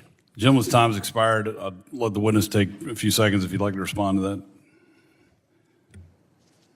I guess I welcome the opportunity to meet with you. Our view is that performance is the gold standard, and I think that the view that, one technology is a one-size-fits-all solution or future-proof just doesn't reflect reality when we've seen incredible amounts of innovation in diverse technologies. Even in the last 5 years, we've seen incredible progress in fixed wireless, a service that's become extremely popular among consumers and is increasingly viable and scalable. And the same goes with respect to satellite. We've been seeing incredible increases in the technology that I think weren't anticipated several years ago. And I think that goes to show the importance of taking a non-distortionary, tech-neutral approach to the program that recognizes diverse conditions in the country and also doesn't put a thumb on the scale for innovation. Mr. Chairman, respectfully, if you're going to give the witness an opportunity to continue to speak. Sir, I gave you an additional but you didn't minute answer my question. You just gave her an opportunity for comment. Well, I gave her the opportunity to answer your question. No, you gave her an opportunity for comment. Well, the gentleman is not recognized. Well, I'd ask you. Chair recognizes the gentleman from Florida, Mr. Bilirakis. And not offer commentary. The gentleman is not recognized. Mr. Bilirakis, you recognize for 5 minutes. Thank you, Mr. Chairman. I appreciate it very much. In coordination with the NTIA and the FCC, for the past several years, I've been working on legislation that would continue to address tweaks to our telecommunications networks by the Chinese Communist Party and other countries of concern. That work has ultimately led me to the Firewall Act, introduced today by myself and Congressman Soto, who happens to be on the full committee.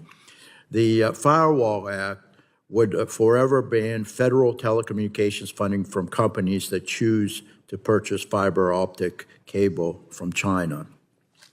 Now is the perfect time to implement such a ban, since Chinese fiber is only a small percentage of the United States market today. Let's not make the same mistake twice. We must end this before we're struck with another multi-billion-dollar rip and replace type program. Assistant Secretary Roth, the question again, can you discuss some of the threats that exist and could exist with the systemic use of Chinese-produced fiber optic cable? And what are your thoughts on instituting a funding ban on companies that choose to ignore these risks? Please. Thank you, Congressman, for your leadership. The fiber supply chain is something that NTIA closely monitors in our administration. The BEAD program, fiber is critical infrastructure, and it's passive, but we should still be very deliberate in terms of whether of looking at the supply chain and ensuring that federal dollars don't deepen reliance on untrusted supply chains and Chinese influence. I think the broader lesson of the past decade is that building a trusted supply chain is less expensive in the long run in terms of unwinding dependence later. And I haven't had a chance to look into your legislation yet, but I look forward to looking into it and would stand ready to be of assistance, especially as we've looked at these supply chain issues in the context of the BEAD program. Yeah, I look forward to the conversation. Thank you.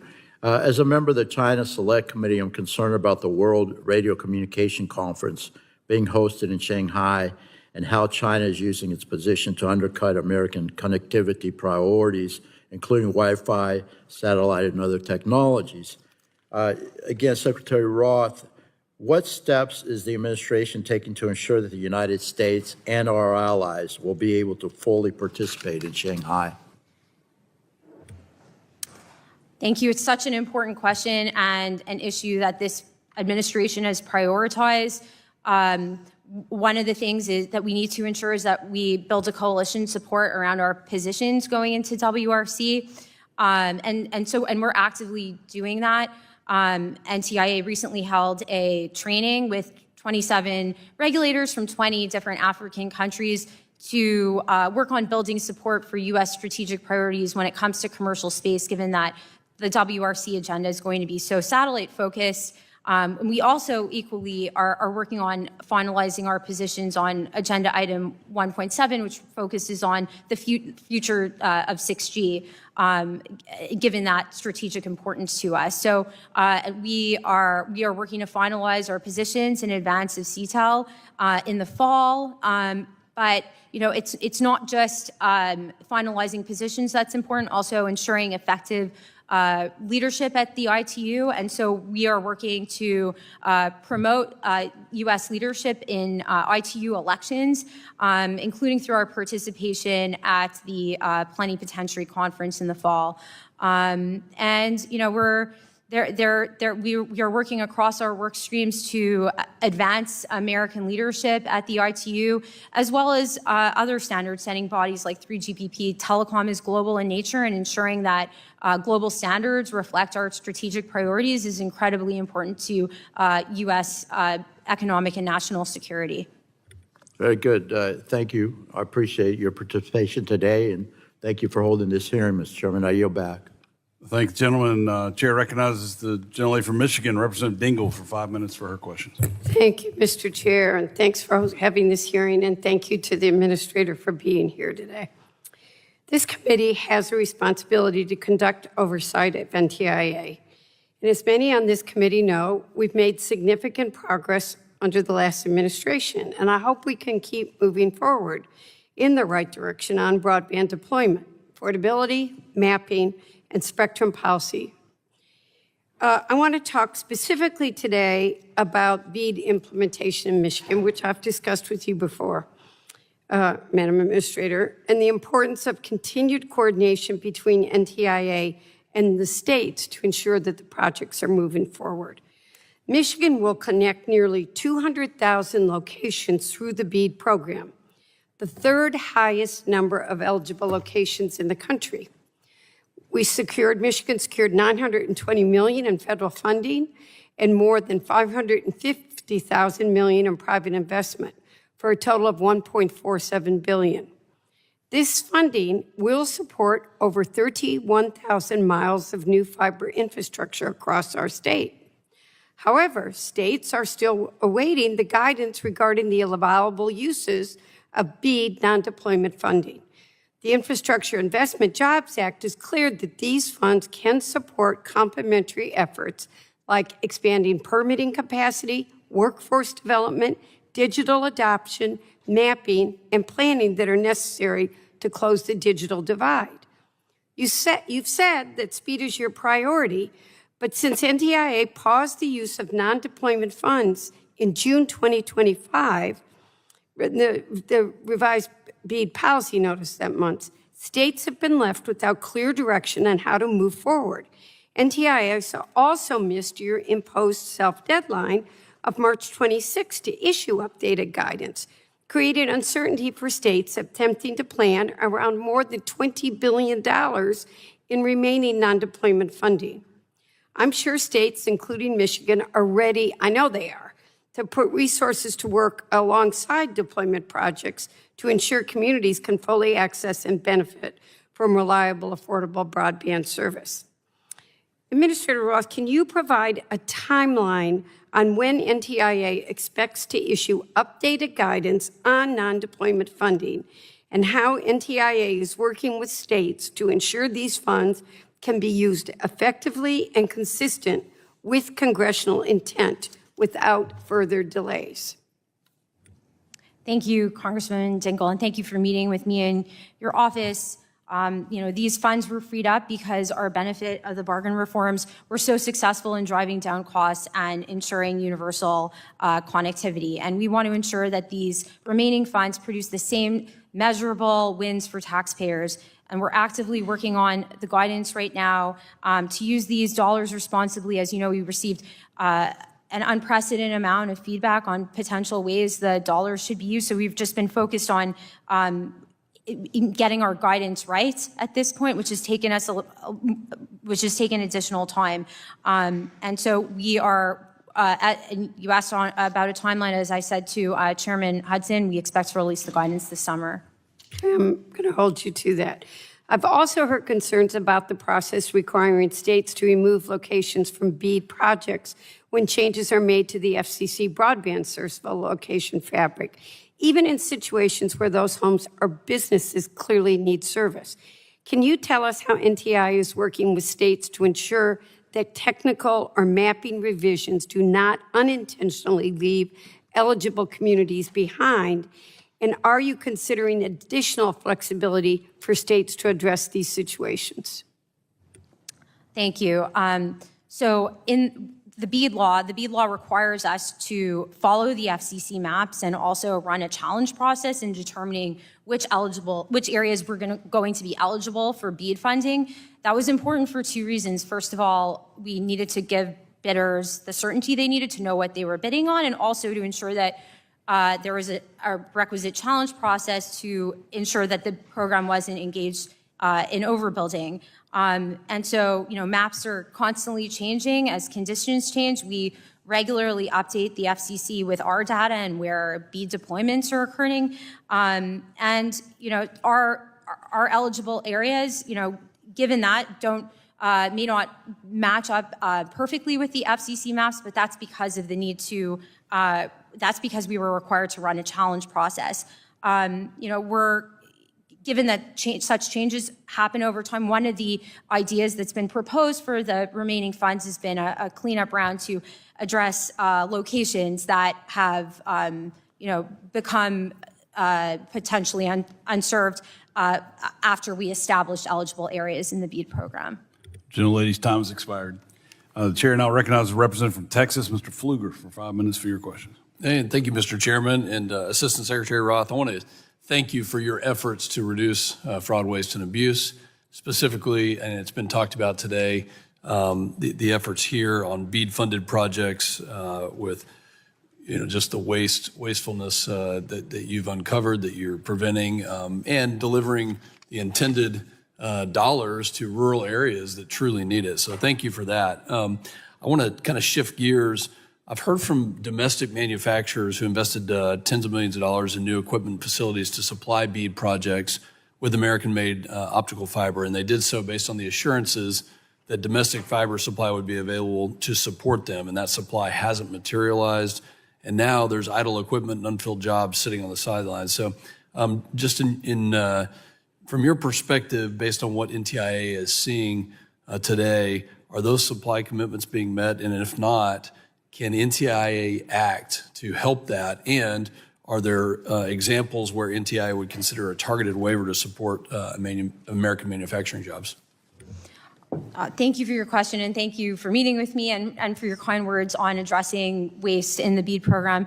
Effective oversight of the program is so critical to ensure that taxpayer dollars are used responsibly and also ensure universal connectivity, because there were projects that were, if we hadn't done so, there had been a risk raised by the OIG that we would run out of money, which I think no one on this committee would have wanted.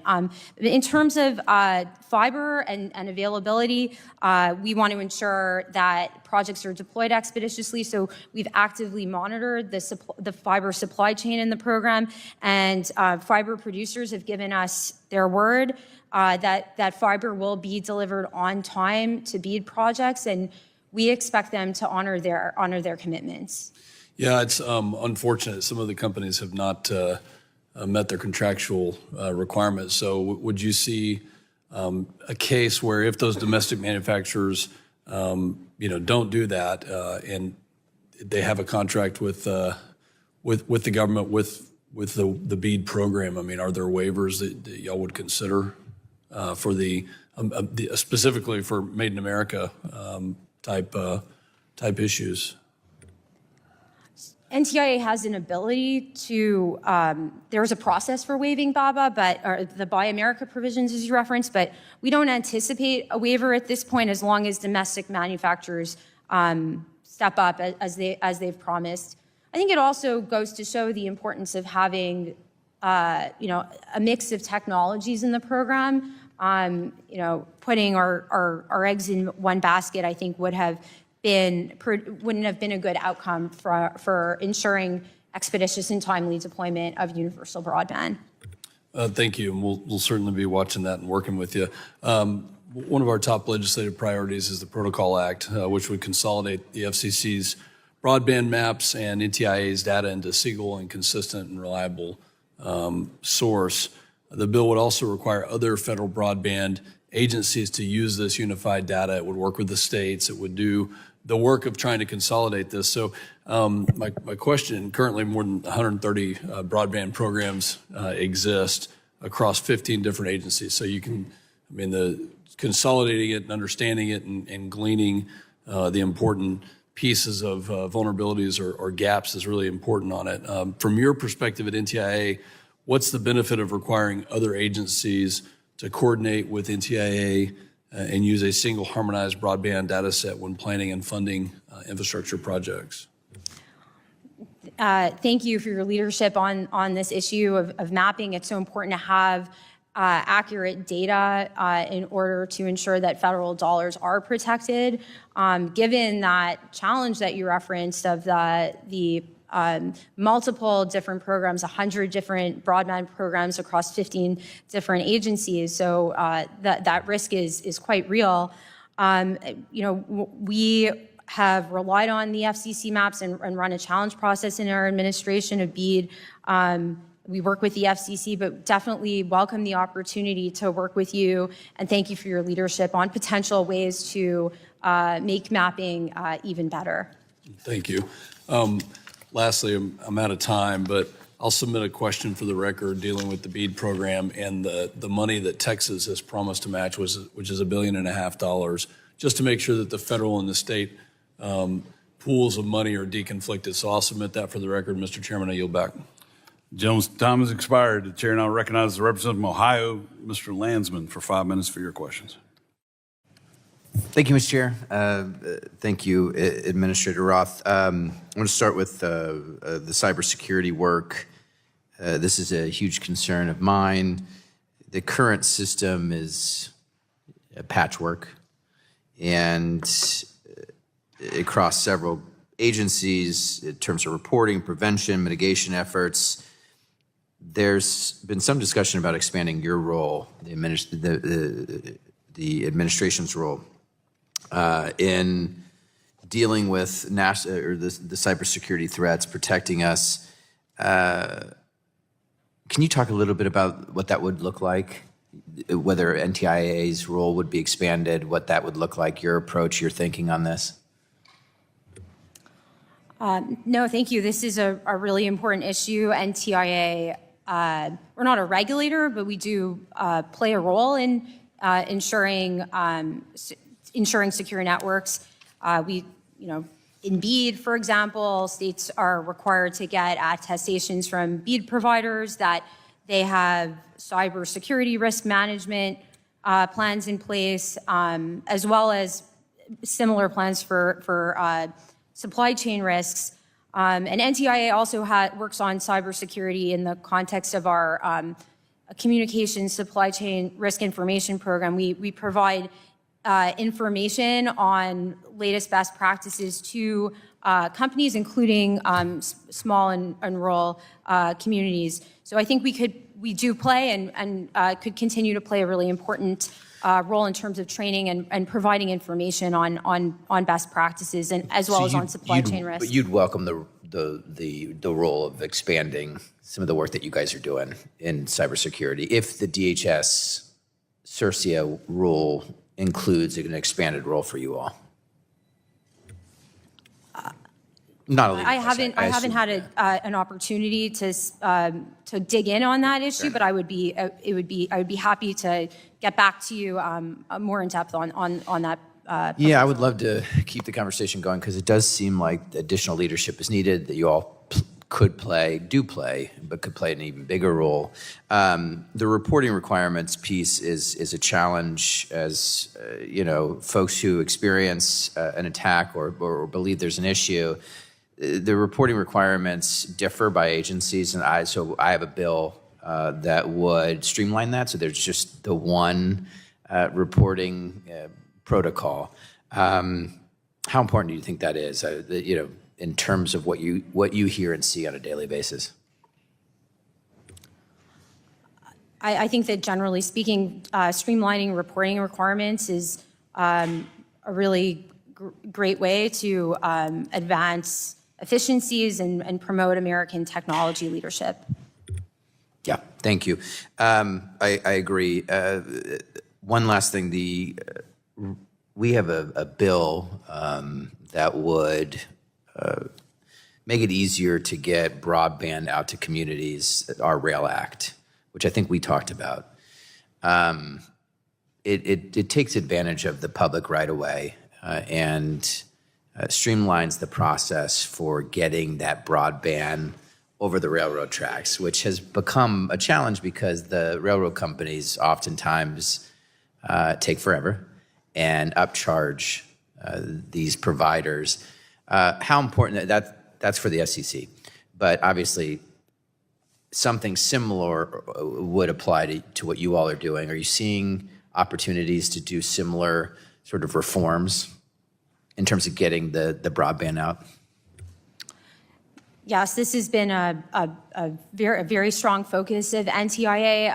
As you know, permitting is one of the biggest challenges when it comes to effective and expeditious deployment of broadband.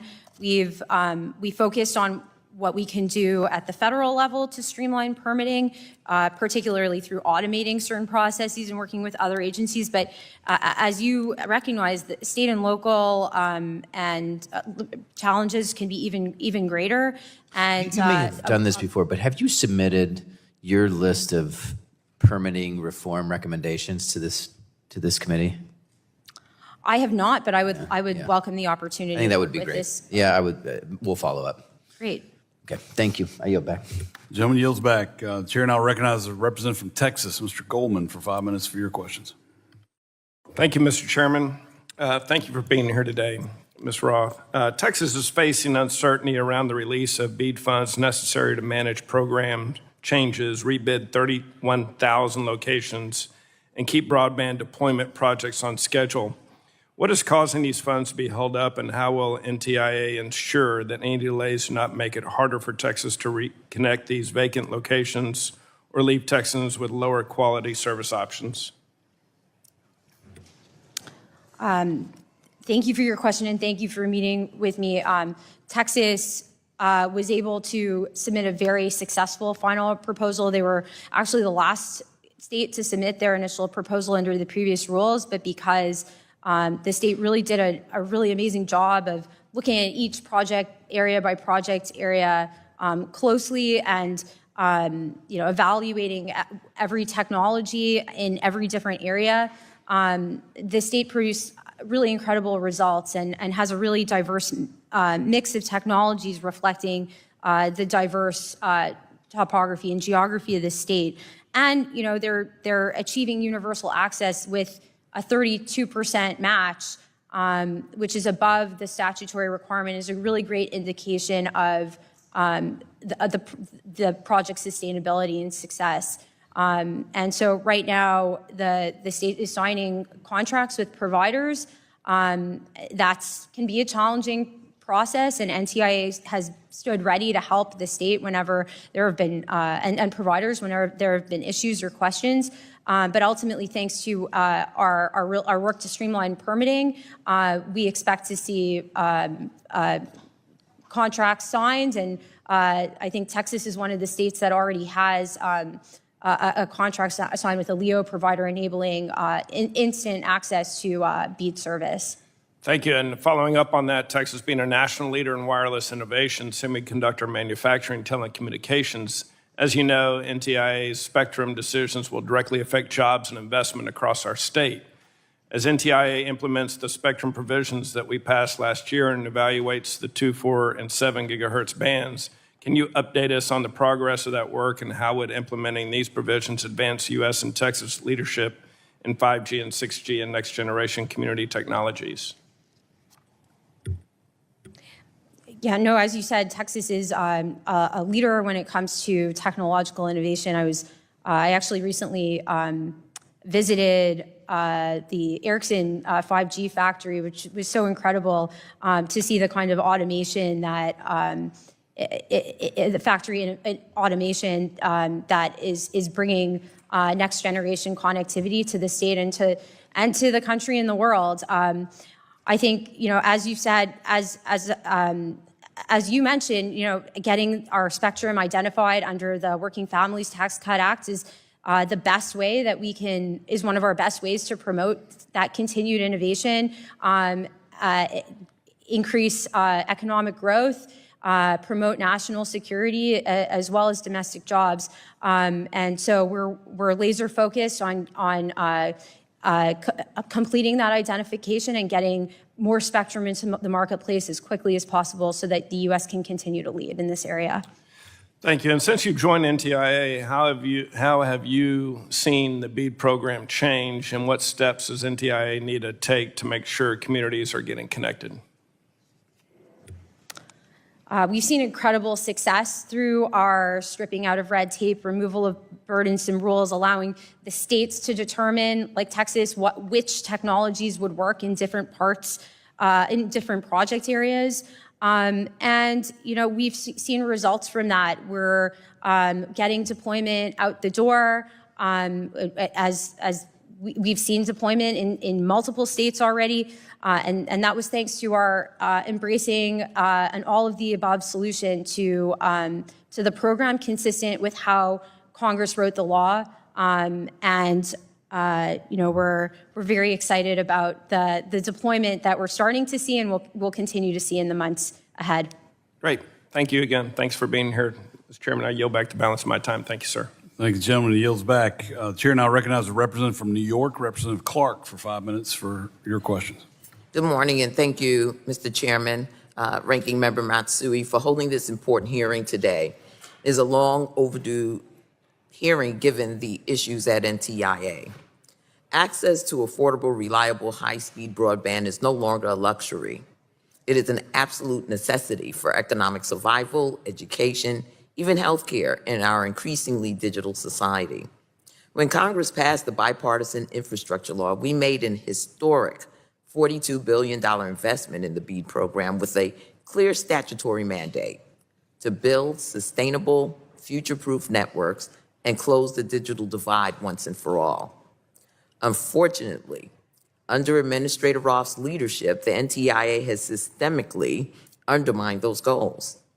By spending 18 months restructuring the program to the benefit of the president's political benefactor, NTIA has created a chaotic environment where states are forced to stall deployment and taxpayers are left wanting longer for inferior service. Most alarmingly, NTIA has effectively abandoned its statutory commitment to priority broadband projects using high-quality fiber infrastructure, aggressively shifting focus towards temporary satellite options while refusing to enforce statutory low-cost service options for struggling families. To rush to subsidize billionaires and now a trillionaire has led to the abandonment of public interest by this administration and may only serve to solidify a new era of digital redlining. Administrator Roth, historical redlining in the analog age is sadly being directly mirrored today by digital redlining in broadband accessibility during your tenure at NTIA. The BEAD program was structured so that the states would propose the affordable low-cost service options for low-income families. Congress wrote that into law, and yet your agency is prohibiting the states from having any say in what the low-cost option should be and letting the ISPs set the option themselves. If NTIA refuses to let the states ensure that the low-cost option internet service providers are offering is actually at an affordable rate, how can you claim that you are fulfilling your mission? Is there any cost for a low-cost option that you would consider to be too high? Or what tools do states have to ensure that low-cost options is in fact affordable? What specific guardrails is the NTIA utilizing right now to ensure that low-income and minority communities are not digitally redlined out of this historic infrastructure build-out? I agree with you that broadband should be affordable. Our job is to implement the law, and Congress has precluded from regulating rates. And I think that's attributable to a broad recognition and data that rate regulation harms investment. In contrast, competition has been hugely successful in promoting broadband affordability. And you even just take fixed wireless, one of the greatest and fastest sources of broadband competition and affordability in home broadband markets. I think that that's why we focus so much on clearing the runway to innovation, ensuring that BEAD isn't putting its thumb on the scale. After all, one of the most competition has been the most effective source in bringing down prices. I know that sometimes subsidies can be one way of looking at it, but we take a more broad approach.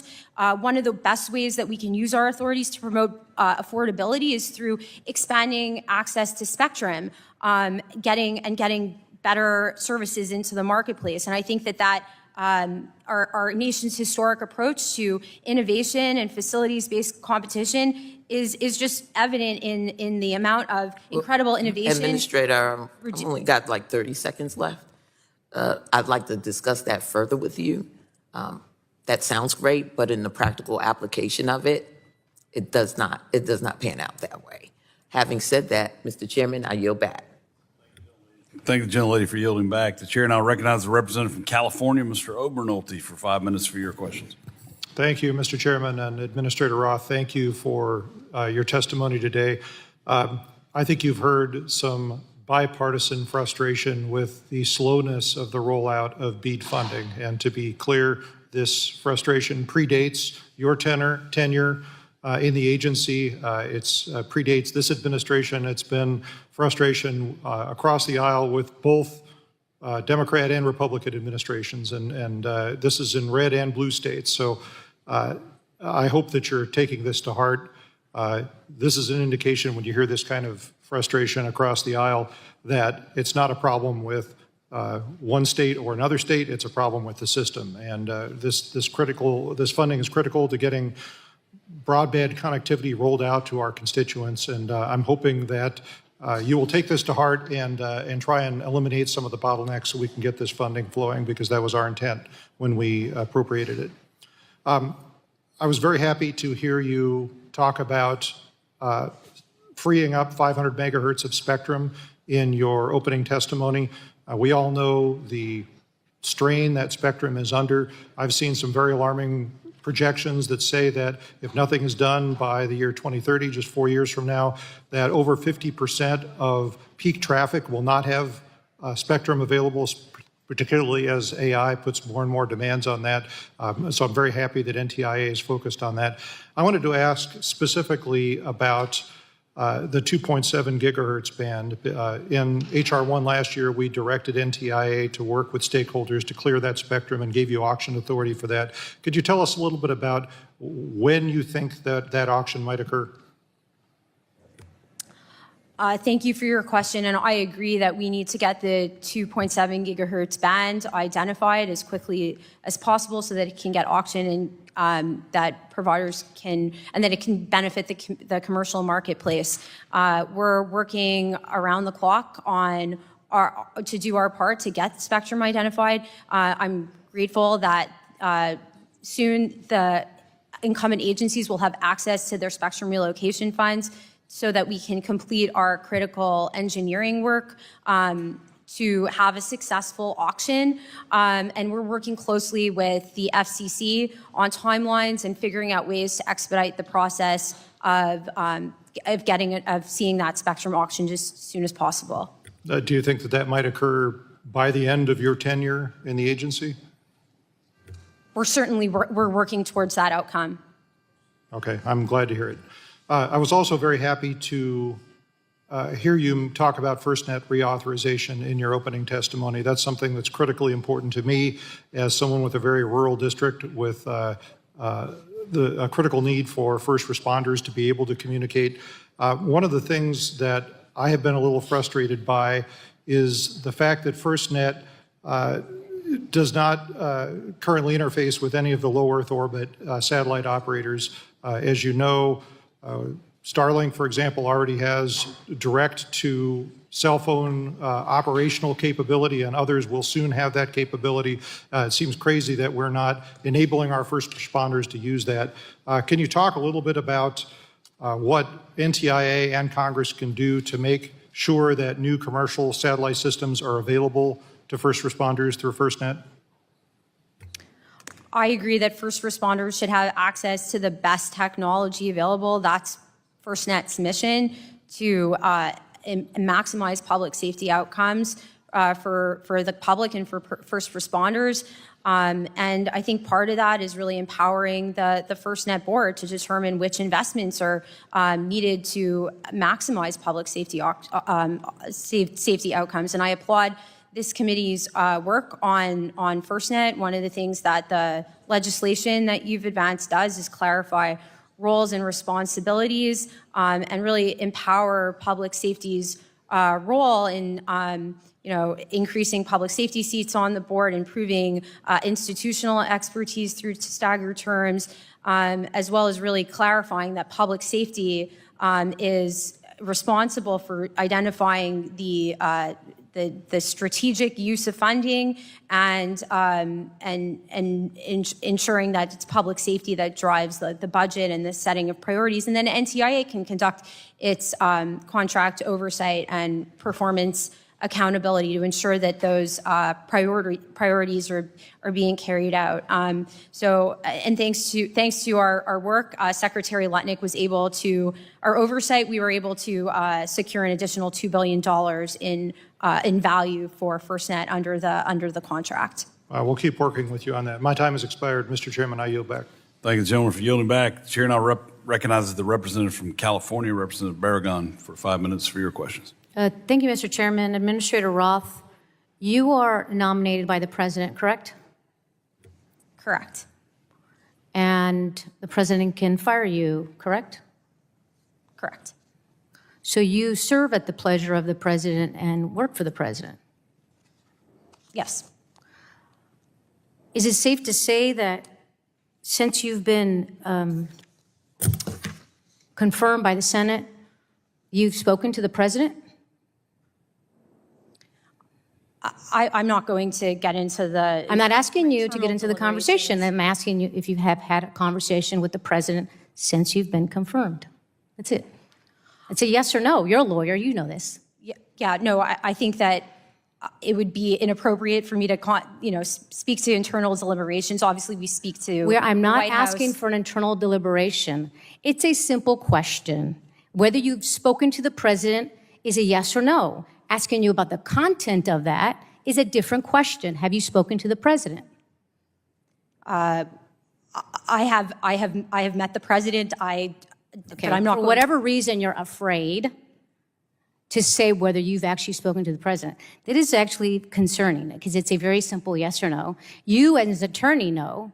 If I'm asking about the content of a conversation, that could be attorney-client privilege, that's a different question, and you wouldn't instruct your client not to answer whether you've even spoken to a lawyer. So it's extremely frustrating that this hearing, you have just been talking through answers, not answering questions, but kind of like avoiding some of them. Okay, so you may or you've not spoken to the president. Has anybody asked you to hold up the California application for BEAD money? No, and we're working actively to get California's application approved. Okay, I know you're working actively. I've heard that. But I find it a little hard to believe that the two states that haven't been approved are some of the two bluest states that we've got. And you have 54 other states and territories that have already met the requirements. Is California being held to a different standard than the other states you've already approved? No, in fact, that's precisely what we're working on, is ensuring that California gets held to the same standards that we've held other states to. Okay, has the NTIA communicated their concerns to California in writing? We have certainly communicated our concerns to California, and I can't speak to I can't speak to our deliberations with the state, but we have certainly So you're unaware, communicated those concerns to you're California. unaware if they're in writing. What does California need now? What they need now really is certainty. Communities can't plan broadband projects around uncertainty, and they can't connect families with funds that haven't been approved. So I would urge you and the NTIA to move quickly to resolve any of these remaining issues that you're saying California has had. So, Administrator, I want to move on to another topic. The Digital Equity Act created two major grant programs: the State Capacity Grant Program, which helps states expand digital access for local libraries, schools, and nonprofits, and the Competitive Grant Program, which awards grants directly to community organizations. Last year, the Trump administration canceled both. Now the Justice Department says in court, the Competitive Grant Program can move forward if a race-related provision of the law is severed. Does NTIA believe the State Capacity Grant Program can also move forward? On the advice of my legal, at the advice of my legal counsel, I can't discuss the digital equity program as it's currently in active litigation. I can speak to the Native Entities Grant Program funding that we recently provided guidance on in a new NOFO. Okay, California was awarded more than $70 million in state capacity grant funding to help more people afford access and use high-speed internet before the Trump administration canceled the program. Now, Republican-led states like Texas, Florida, Alabama, and Louisiana also had millions. The communities across the country deserve a clear answer and a path forward for all of the digital equity grants programs. It's been extremely frustrating at some of the responses or non-responses, and it's been extremely frustrating at the lack of speed in the deploying the BEAD dollars. Now, it was said, people were frustrated in the last administration, but then this administration came in and just took even longer and made it more delay. And with that, I yield back. The gentlelady yields. The chair recognizes the gentlelady from Florida, Representative Kamback. Thank you, Mr. Chairman. I appreciate it, and thank you to our guest for being here today. I'm just going to jump right into it. I know we've had several conversations, and I'm the wife of a first responder back in Florida, so this issue is near and dear to me. So chairing the Next Gen 911 caucus, I know firsthand how critical our reliable emergency communications are and where so many of our gaps exist. So I noted in your testimony that updated NTIA estimates show nationwide Next Gen 911 implementation costs have fallen significantly, down to between 5.8 and 9.27 billion, which is candidly a major shift from prior estimates. Given that lower cost estimate, what do you see is the biggest barrier to nationwide deployment right now? And how can we make sure that our states and localities have the flexibility and support that they need in order to finish the job? Thank you so much, Congresswoman Kamback, and it was so great to meet with you in your office, and I applaud your leadership on public safety issues, which are obviously near and dear to your heart. I visited 911 centers firsthand, and I've seen the benefits of AI tools and modernization of technology to improve location data and dispatch and ultimately better outcomes for public safety. I think that some of the obstacles that we've seen are, obstacles that come to interoperability and ensuring that different jurisdictions are able to talk to each other, that data is able to flow with calls. and ultimately get better resilience and response times. And also one of the other challenges is that some states have invested significantly in NG 911 and others have not. I know that the legislation that the committee has advanced takes account of that reality. But we stand ready to help the committee in its efforts to advance this critical priority, and we did that through our recently released study on nationwide implementation costs. Well, and let me jump to the kind of dovetailing into that. So we've obviously seen that there are challenges. You highlighted interoperability just now and how it can be fragmented across different agencies and programs. And we talked about the legislation that we had introduced, the Public Safety Communications Act, which would create a dedicated Office of Public Safety Communications within NTIA. And we did that because currently it is not codified. We want to see this codified so we can streamline a lot of the efforts that are being undertaken at the moment and also strengthen accountability. So from your perspective, yes or no, would creating a permanent dedicated office within NTIA improve coordination, accountability, and long-term strategic planning for public safety communications? Yes or no? Yes. And what would you say is the biggest gap within the current structure? Thank you. I appreciate your focus on this. I think that elevating public safety communications is obviously a core responsibility of ours, and so codifying the office would certainly put increased emphasis and focus on this area, especially as we enhance our oversight of FirstNet, engage in NG 911 improvements. And so I would welcome the opportunity to work with you on this legislation and strengthening our public safety role. Absolutely. Well, and just for the record, if this legislation were to be signed into law, it would help ensure that our first responders have access to resilient, reliable communications, especially when lives are on the line, correct? Certainly, yes. Excellent. Well, that about does it on my end. You answered all my questions. So thank you again for your time today, and thank you for appearing before the committee. With that, I yield. Thank you. Gentlelady yields. The chair recognizes the Gentlelady from Florida, Ms. Castor, for 5 minutes of questioning. Well, thank you. Welcome, Madam Administrator. You know, inflation is high and everything costs so much these days. And one of the ways that we can help our neighbors back home is with more affordable internet service. That was part of the intention of the bipartisan infrastructure law and all of the BEAD funding to get out quickly. And I have to tell you, I'm very disappointed. I've heard your testimony today. I disagree that what has happened has not been timely and effective at all. In fact, it was very troubling. You cannot answer Representative Soto's direct question on when Florida would receive money after all of these years. And it's also been very troubling what Rep. Barragan touched on, the cancellation of the digital equity competitive grants. The city of St. Petersburg back home won a $6.9 million grant. It was the only one in the state of Florida. That was to pay for hotspots and equipment for people who need internet access for jobs and training.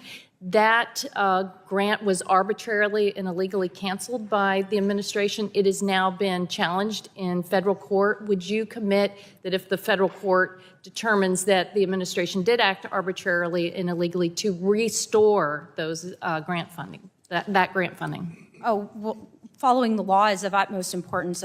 We would absolutely abide by the law. Okay.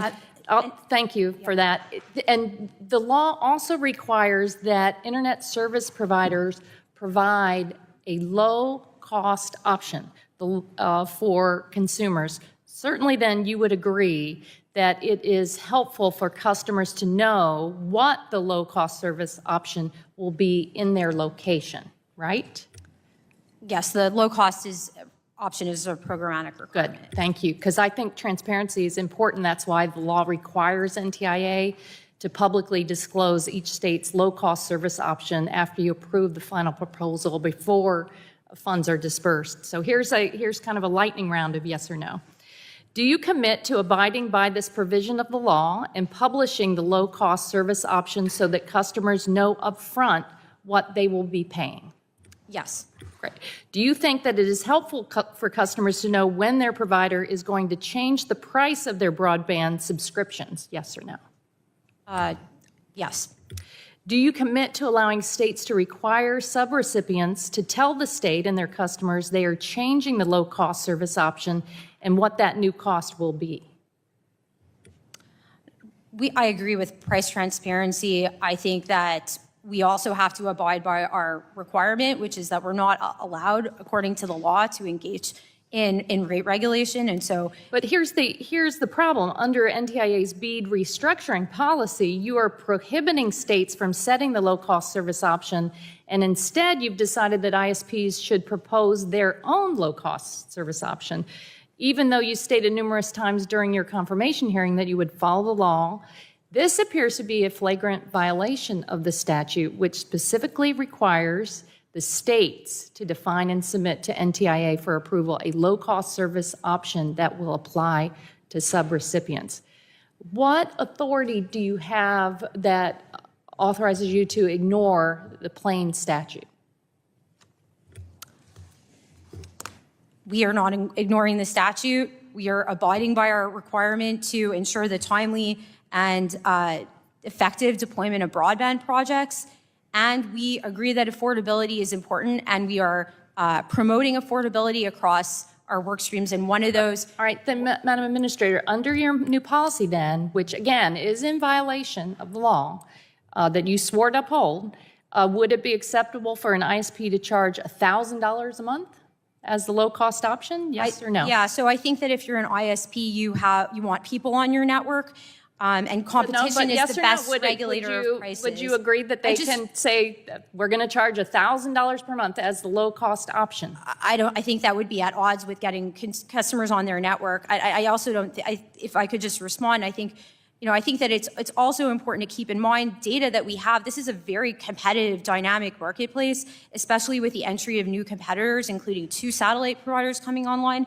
And the data just shows that. And on that point, I wonder, it's widely known that fiber is more affordable. Now, I'll grant that Starlink in remote areas can be important for access, but overall, when you look at all the data,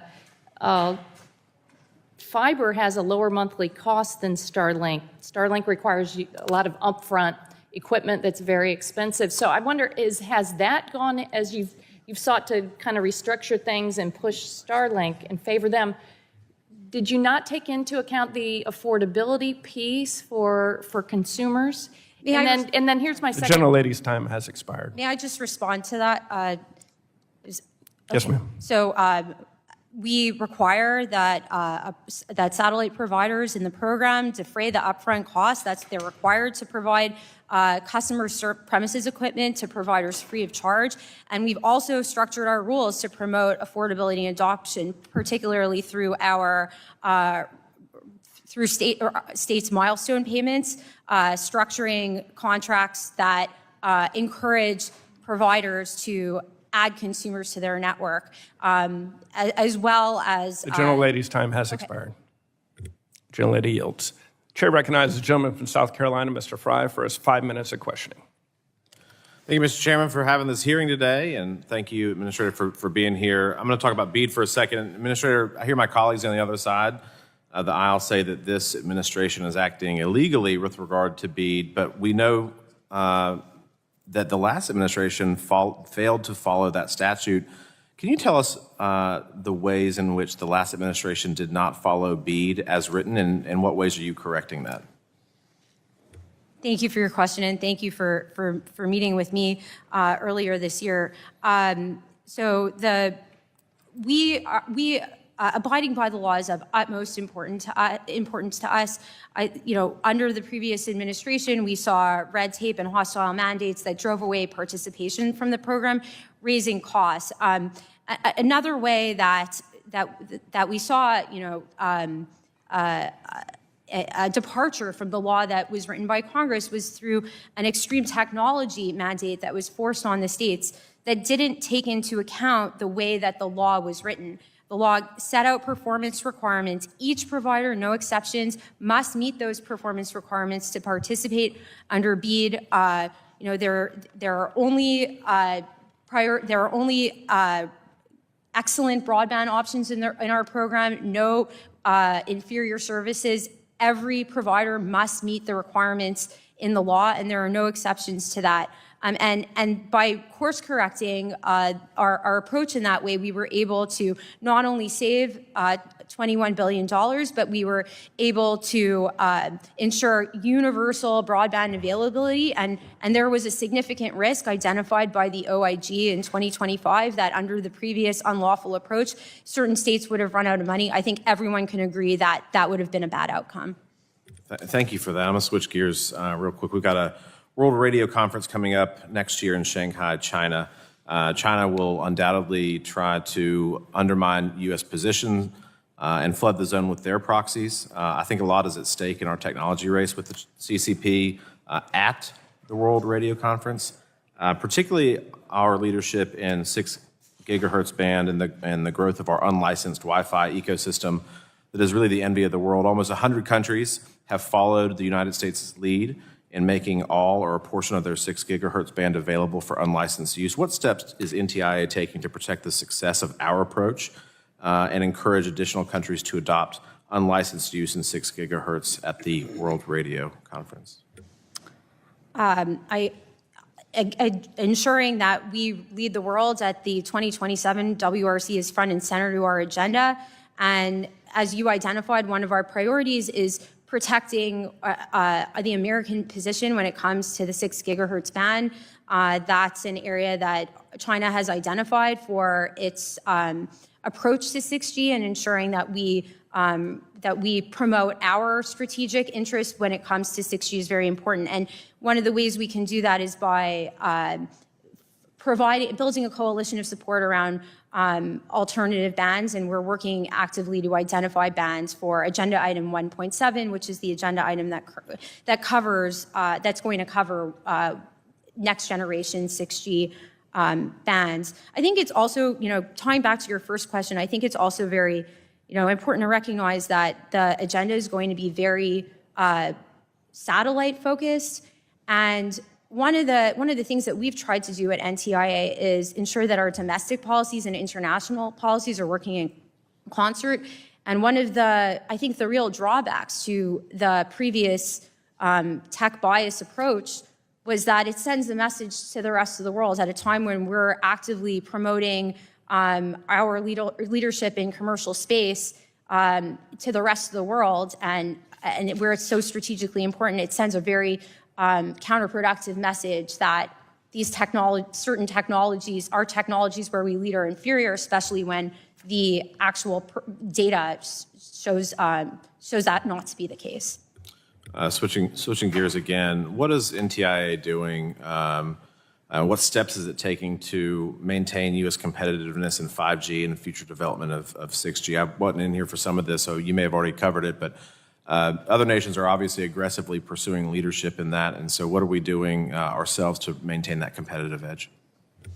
The most important way to do that is increasing access to spectrum. We're aggressively identified in 500 megahertz under our requirements under the Working Families Tax Cut Act. And then the other component that I would focus on is our participation in international standards and ensuring that international standards reflect our priorities for 6G. Thank you, Administrator. Mr. Chairman, I yield back. The gentleman yields. The chair now recognizes the gentlelady from Illinois, Ms. Kelly, for 5 minutes of questioning. Thank you to Chair Hudson and Ranking Member Matsui for holding this morning's hearing, and thank you, Administrator Roth, for being here. Your testimony reports that 56 states and territories have approved BEAD final proposals. Illinois is one of the 2 left out. The state submitted its proposal in September 2025, revised it by early April 2026, and built a plan that connects every eligible location in the state, nearly 157,000 in total, and more than 135,000 of them in rural or underserved areas. It does this on budget while leveraging over $575 million in private funding. Then on May 26 this year, NTIA told the state that approval depends on cutting another $100 million from deployment and denied Illinois a short extension before today's deadline with no stated reason beyond supposed cost savings. I know these are just numbers on a press release to you, but to me, these are households that will lose out on more reliable broadband that will be cheaper for us all in the long run. In my district, that cut runs over $2.2 million, money set aside to connect homes and farms with no service today. Illinois did the work, and I want to know why it is still waiting. They met every standard, met every standard your own testimony praises, and will NTIA approve its final proposal, and by what date? Yeah, we have communicated changes to Illinois that we need to see. Illinois' proposal that was submitted to us just didn't meet the mark in terms of finding efficiencies and meeting the principles and the benefit of the bargain reforms. But we remain eager to get Illinois across the finish line, and we're working with the state to ensure that happens. We're looking to the totality of the circumstances, and we look forward. The ball's currently in Illinois' court, and we look forward to seeing their revised proposal. I hope that is true, because they met every standard your own testimony praises. Can you assure this committee that LEO satellite providers receiving BEAD funds will be held to the same speed and service standards as every other technology receiving BEAD funding? Absolutely. In administering the BEAD program, our focus has been on ensuring that we abide by the same performance requirements for every technology and every provider participating in the program.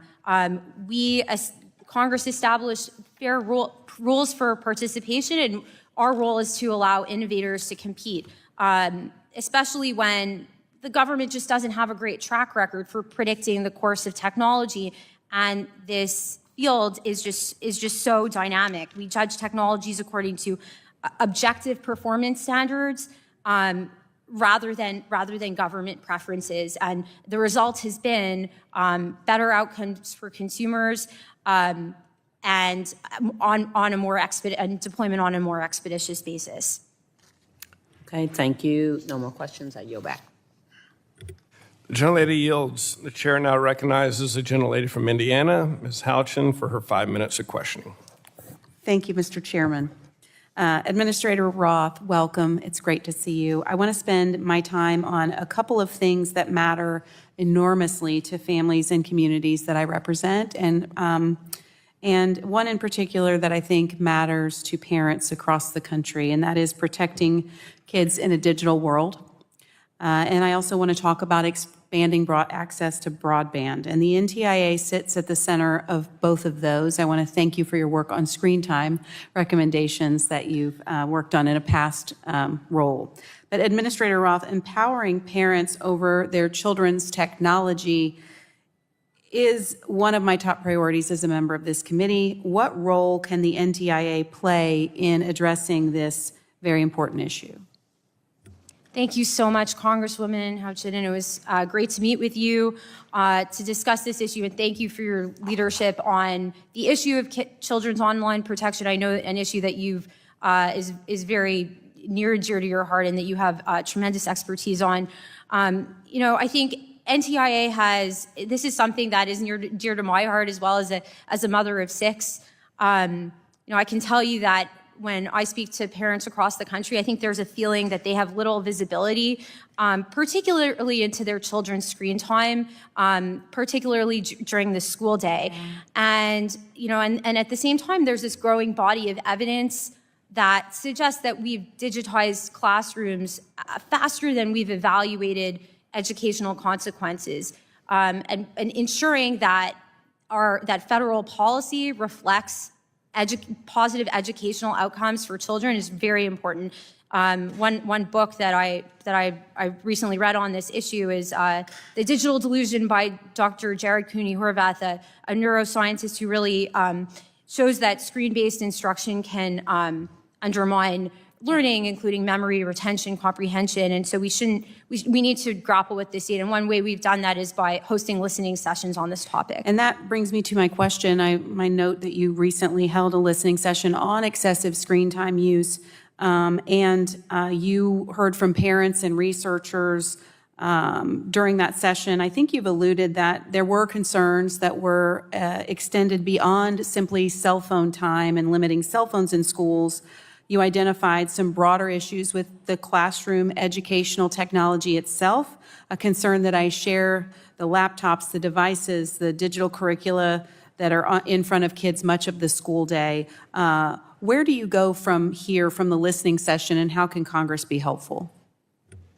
Thank you. So as you know, there's addressing parental empowerment is a priority across this administration. HHS is active on this.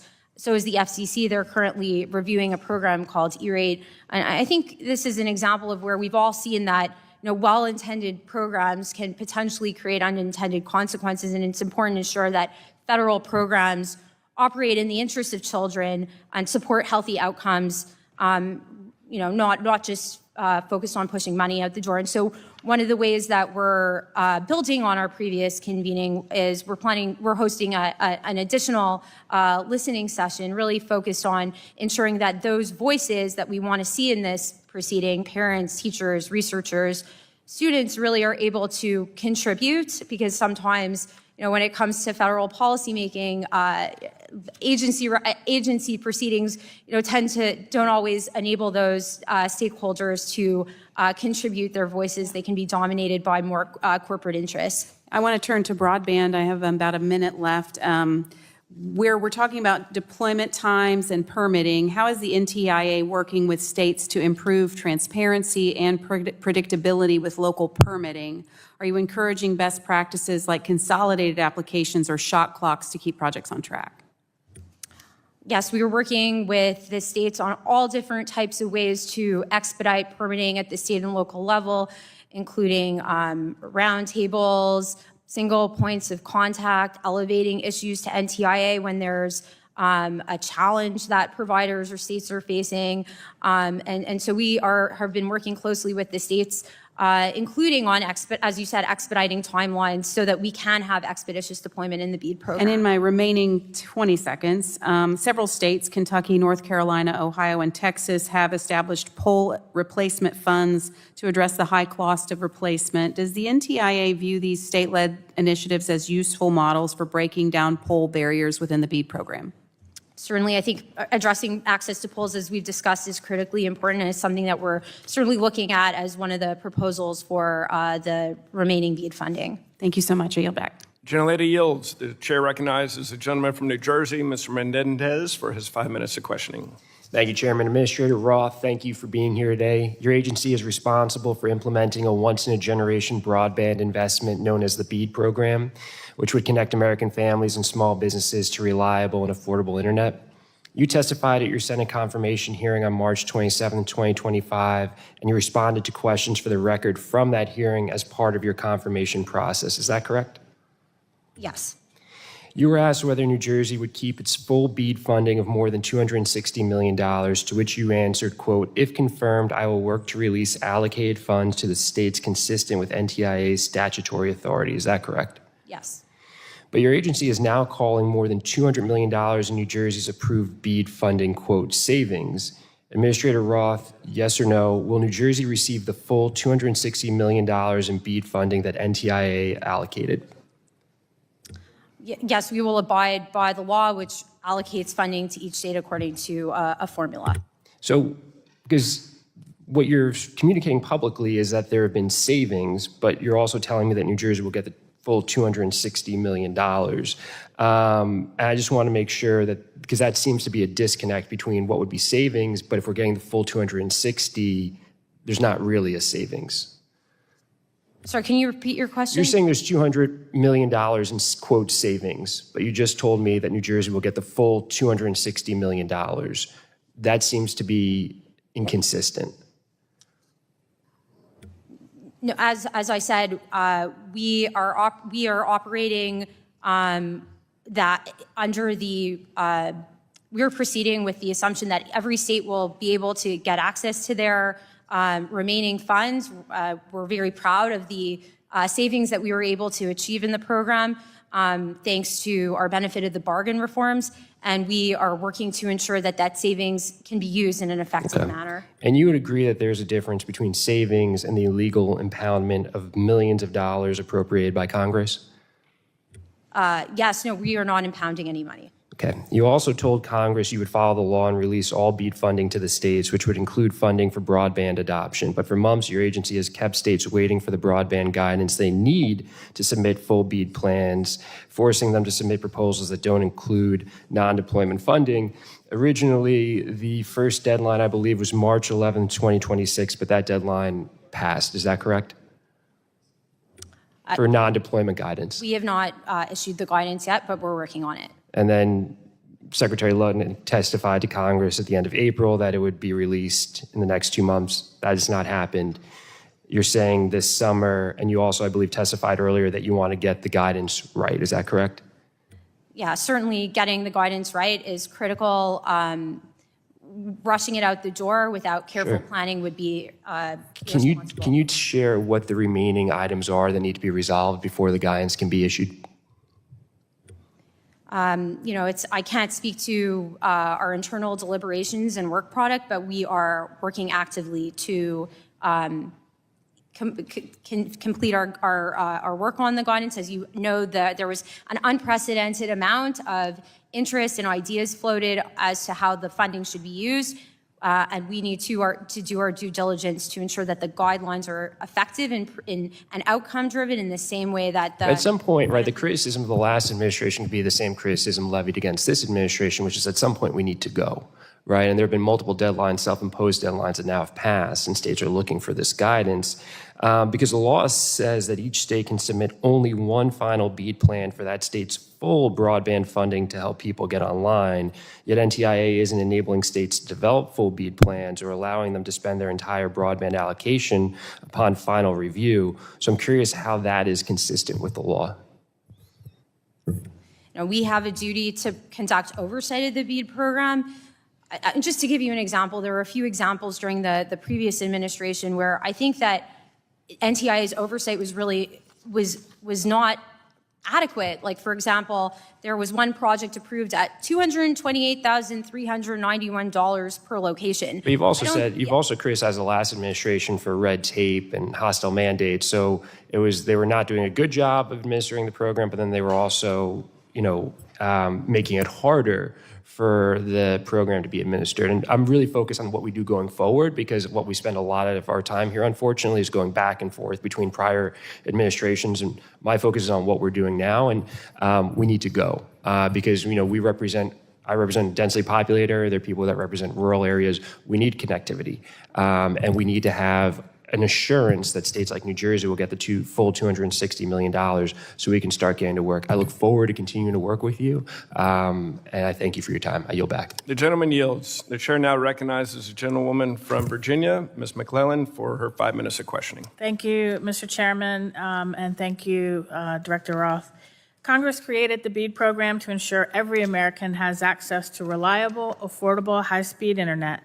And in Virginia alone, over 133,000 homes and businesses are expected to be connected through this historic investment. Every day these projects are delayed, however, is another day that families can't access telehealth, students struggle to complete homework, small businesses can't compete, and public safety agencies remain without the connectivity that they need.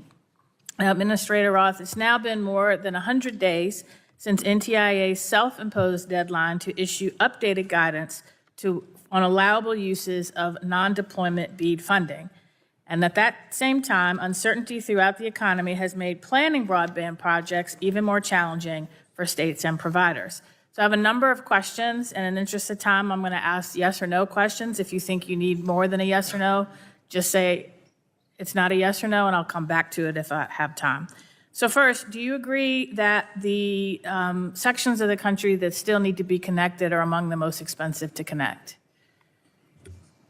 Yes. Do you agree that every month BEAD deployment is delayed means millions more Americans remain without access to broadband for longer? Yes, and we have worked on expediting build-out. I'm going to come back to that. I just want to set a baseline. Do you agree that prolonged uncertainty may make it harder for states and broadband providers to plan and execute projects? Yes. Do you agree that states and localities know their communities best and should have a say in how they develop and deploy broadband networks? Yes, and that's precisely why we empowered the states to determine which technology would work best pursuant to the law. Thanks. Do you agree that states need clear guidance from the NTIA to move forward? Yes.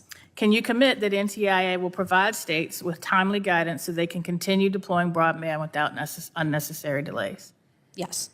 Can you commit that NTIA will work with states to resolve implementation questions as quickly as possible rather than allowing projects to sit idle? Yes, expediting the deployment of projects is front and center in our oversight of BEAD. And can you assure me that the OMB proceeding on grant administration is not an effort to claw back non-deployment funds? I am not familiar. No, I do not. We are operating under the assumption that states will be able to use their non-deployment funds. Okay. So I want to thank you for that, because Congress created this historic investment to connect everyone with affordable, reliable, high-speed internet service. And as we both agreed, this funding is necessary because the locations left unconnected are among the most expensive to connect, and NTIA plays a critical role in connecting them. I want to turn to broadband mapping. Now, I know there's been a lot of discussion around why it took BEAD so long, but would you agree that the first step was we needed to know where current networks were deployed so we didn't overbuild? Yes, absolutely. So that mapping project was critically important to the success of BEAD. Yes. And Virginia invested significant time and resources in validating the broadband coverage area, and I know a number of states did, and some it was harder than others. How is NTIA ensuring that state-identified corrections are incorporated quickly so that BEAD dollars reach the communities that remain unserved rather than overbuilding? So as you said, we followed the FCC maps and ran a challenge process, which was critical to preventing overbuilding in the BEAD program. And we continue to work with the FCC on ways to ensure that the maps reflect the reality on the ground. That was evident also in our work to conduct oversight over DC's broadband proposal, which would have directed BEAD funding to locations that either weren't broadband serviceable or already had broadband. So, conducting oversight and really drilling down into proposals and asking questions is really critical to ensuring that taxpayer dollars are used effectively. Okay.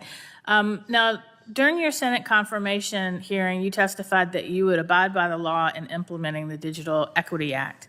If the federal courts uphold that statute, including the provisions identifying covered populations, such as individuals who are members of racial or ethnic minority groups, will you commit to implementing the law consistent with both the court's decision and Congress's intent? Yes.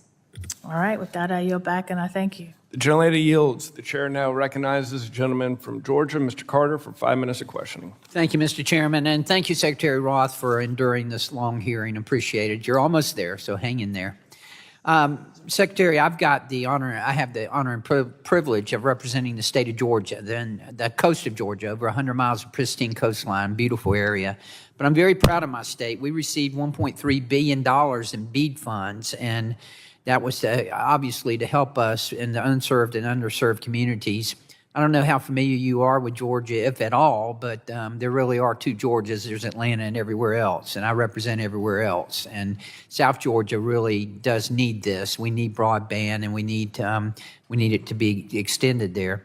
Two of the major drivers of broadband deployment are permitting reform and then the access to spectrum.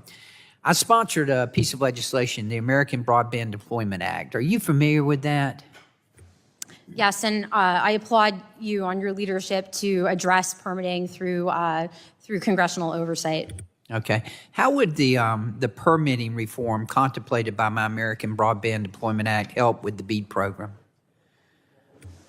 So permitting is certainly something that we've really thought creatively on addressing in our reforms to the BEAD program.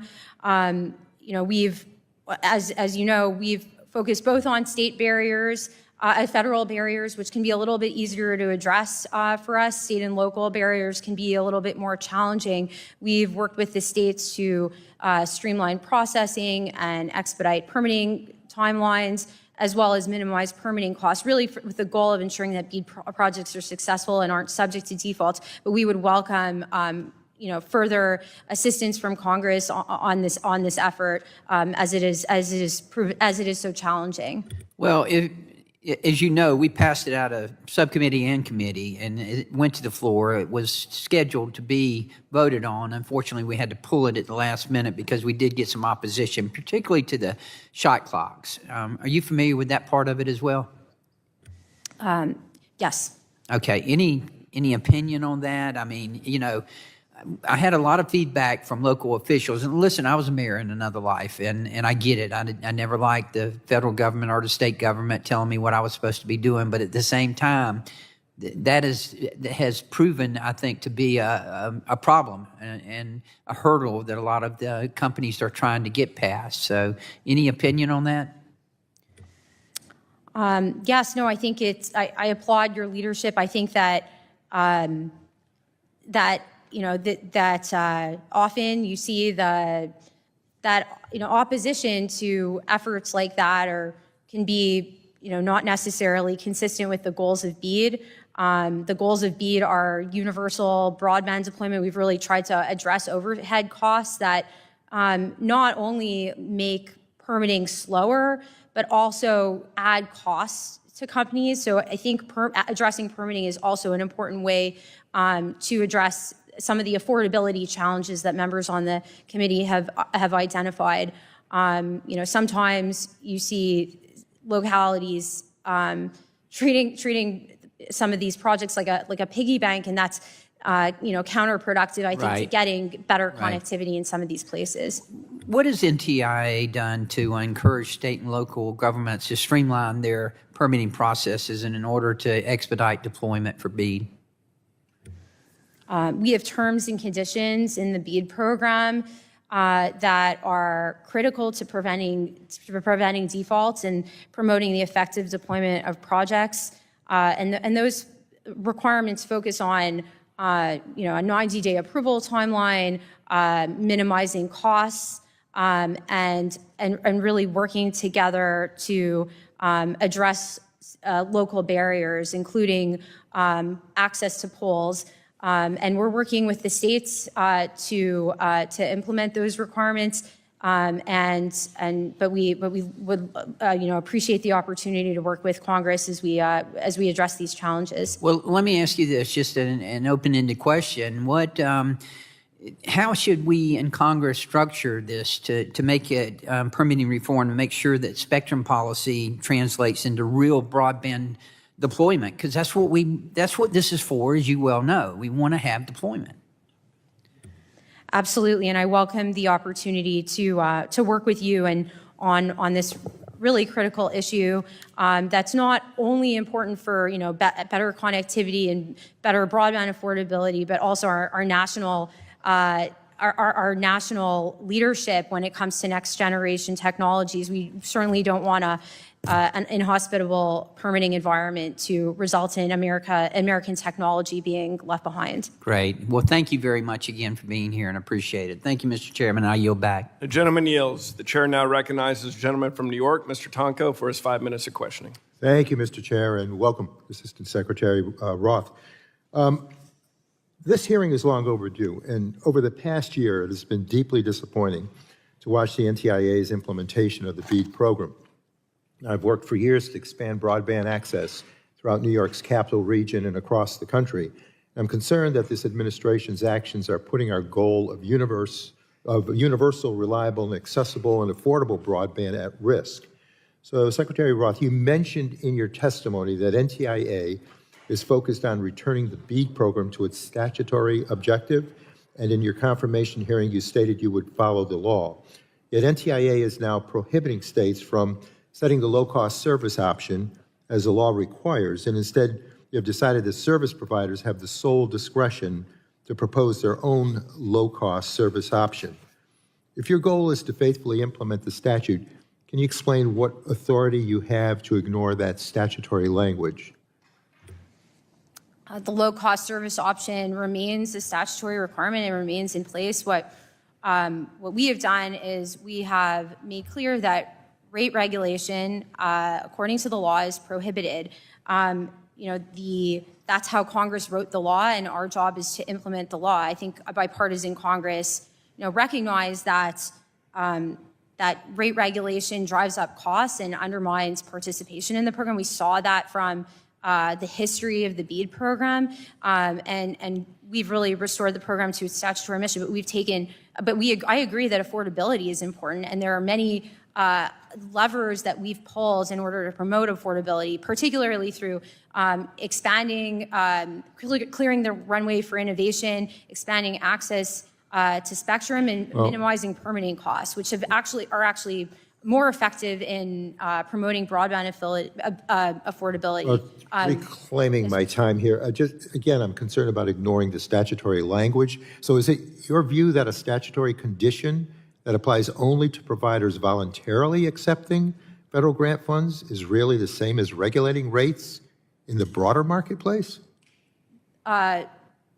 The low-cost service option remains a legal requirement. I mean, it's up to the states to enforce its contracts with providers. But NTIA is prohibited by the law from regulating or setting rates.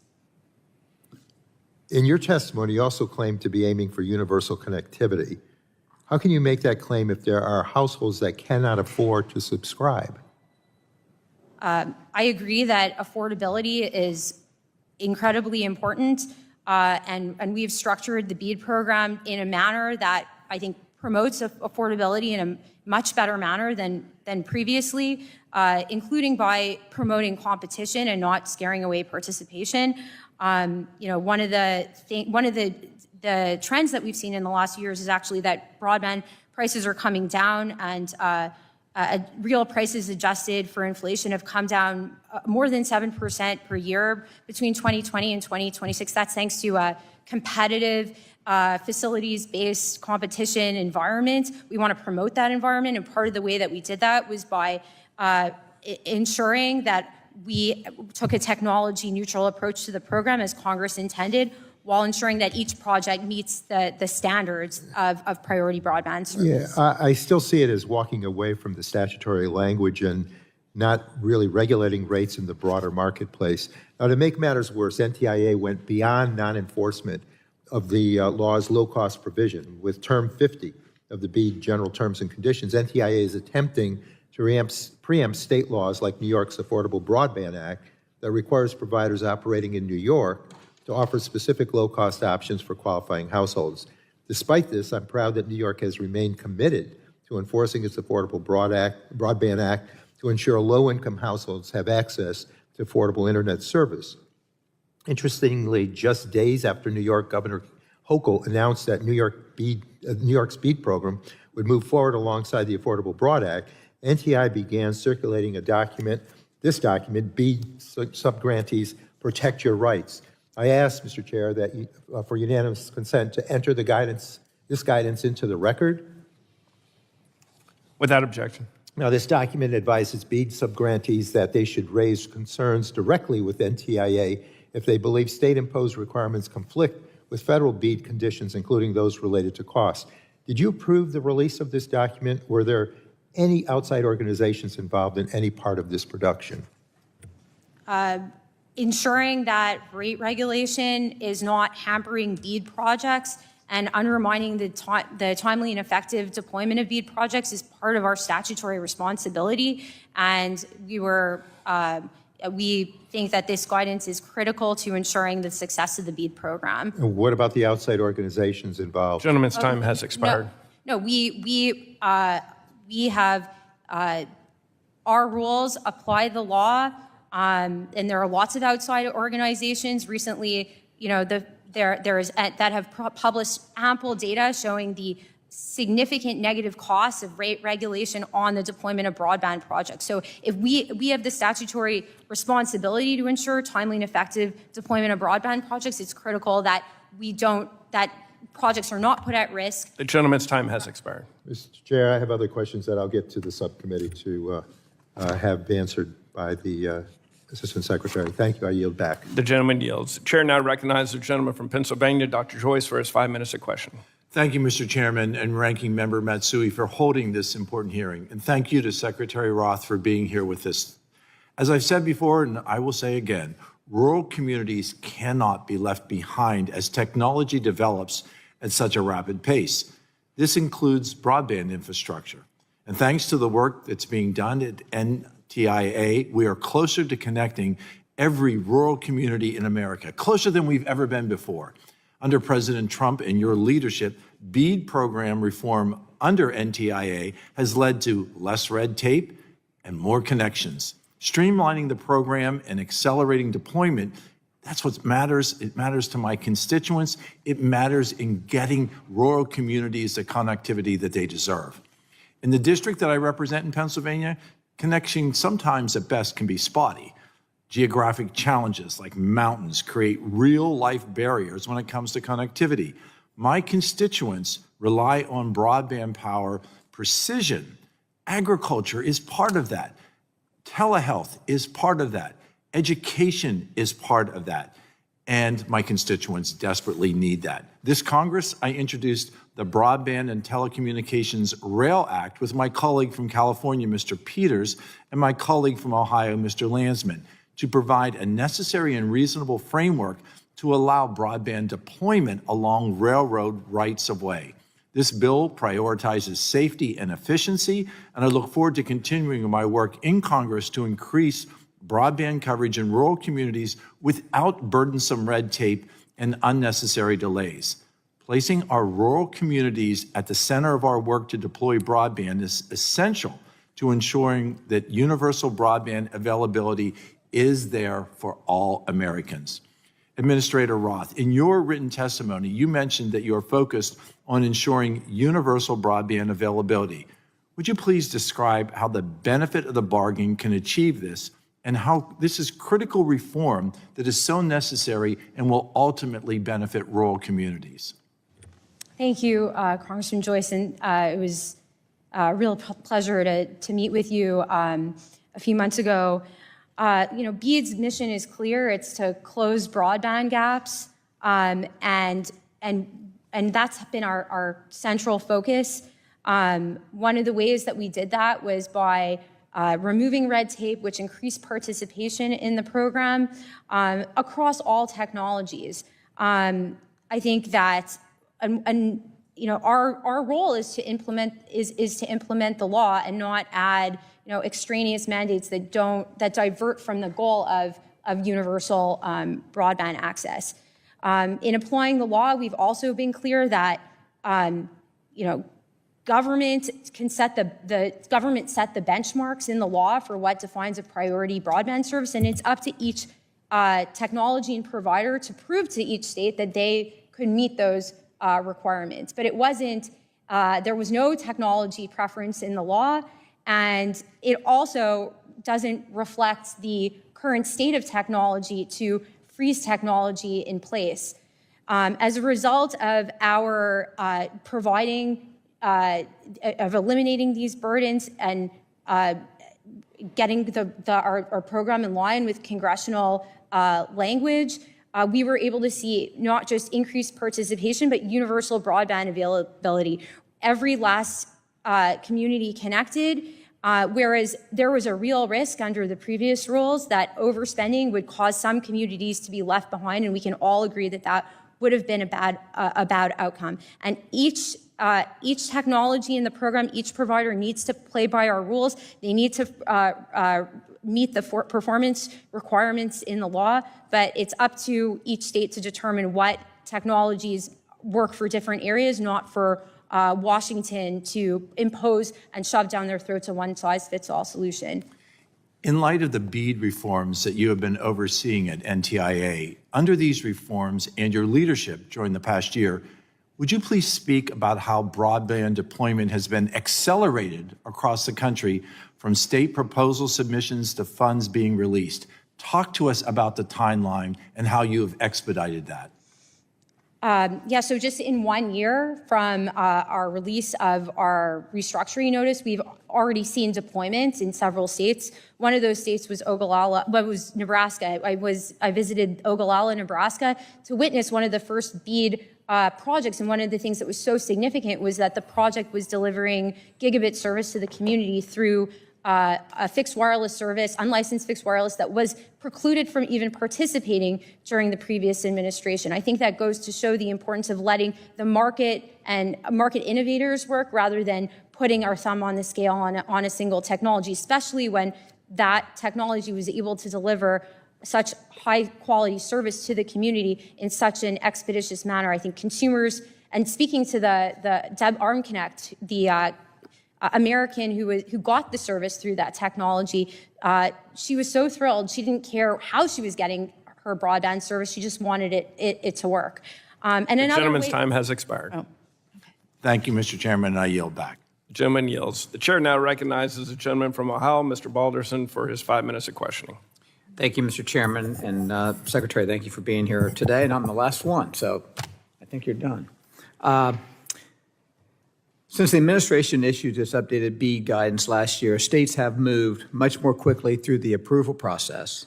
Based on what NTIA has learned from working with states and providers, what additional improvements do you think could help accelerate broadband deployment and encourage even greater participation from rural providers? So I think that one of the things that we focused on at NTIA has been really clearing the path to innovation. We've seen, thanks to our histories, facilities-based intermodal history of competition, that that competition has been the most effective way, not just of promoting better access to communications, but really innovating in a manner that helps rural America. As I've said, some of the biggest, this most significant progress that we've seen in connecting rural Americans haven't come from subsidies, they've come from innovation itself. And so what NTIA can do is pull certain levers to promote that. One of the best ways we can do that is by expanding access to spectrum, which we're currently doing through our mandate under the Working Families Tax Cut Act. And another way that we're doing that is by, trying to address overhead costs. I think any efforts that we can take to address permitting obstacles are really helpful in increasing broadband deployment as well as innovation. Okay, thank you very much. In the congressional district that I represent, electric co-ops are a major source of essential services, and many are working to expand broadband access in rural communities. We've heard that certain BEAD requirements may affect their longstanding statutory frameworks and financial models. Could you share how NTIA is approaching these concerns and what flexibility might exist to ensure cooperatives can participate successfully in the program? Thank you for your question. So just in line with that goal of expediting and increasing broadband deployment, the law requires that we issue rules governing the program to ensure that BEAD projects are deployed in a timely and effective manner. And one of the things that we've learned from history and broadband programs past, like the RDOF, is that pole access can be one of the most challenging areas that can affect the timely and effective deployment of broadband projects. And especially as you've seen pole owners enter broadband markets, their incentives may not always be aligned with the goals of the BEAD program. So what we've done in our rules is ensure that there is a cop on the beat, that to the extent that there is a gap in regulation of timely access to poles, in order to serve that goal of timely and effective deployment of broadband projects. And to the extent that there are pole owners that don't want to participate in the program, we have a process in place to ensure that every last area is served, and if necessary, we can use a different provider. Okay, thank you. Follow up on that. As states move from planning into construction, what role does NTIA see itself playing in helping states resolve implementation challenges that arise from provider feedback, particularly from smaller broadband companies, electric cooperatives, and local fiber providers? One of the things that we really pride ourselves on is ensuring that we are overseeing the program actively and seeing what challenges providers are facing. We wanted to see, we've seen a diverse mix of providers in the program, and I think that was thanks to our rules that really refocus the program on its core mission. When it comes to smaller providers, one of the things that we've focused on is monitoring the fiber supply chain, and which is something that we know that some providers are concerned about, but we are grateful that major fiber producers have made promises that BEAD providers will get their supply on time, and I think additionally, really focusing on working with states on permitting obstacles through things like permitting roundtables, single points of contact, elevating challenges to NTIA is another way that we're really working to ensure effective and expeditious deployment. Okay, thank you very much. The gentleman yields. Seeing there is no further members wishing to be recognized, I would like to thank our witness for being here today. I remind members that they have 10 business days to submit questions for the record, and I ask the witness to respond to the questions promptly. Members should submit their questions by the close of business on July 15, 2026. Without objection, the subcommittee is adjourned.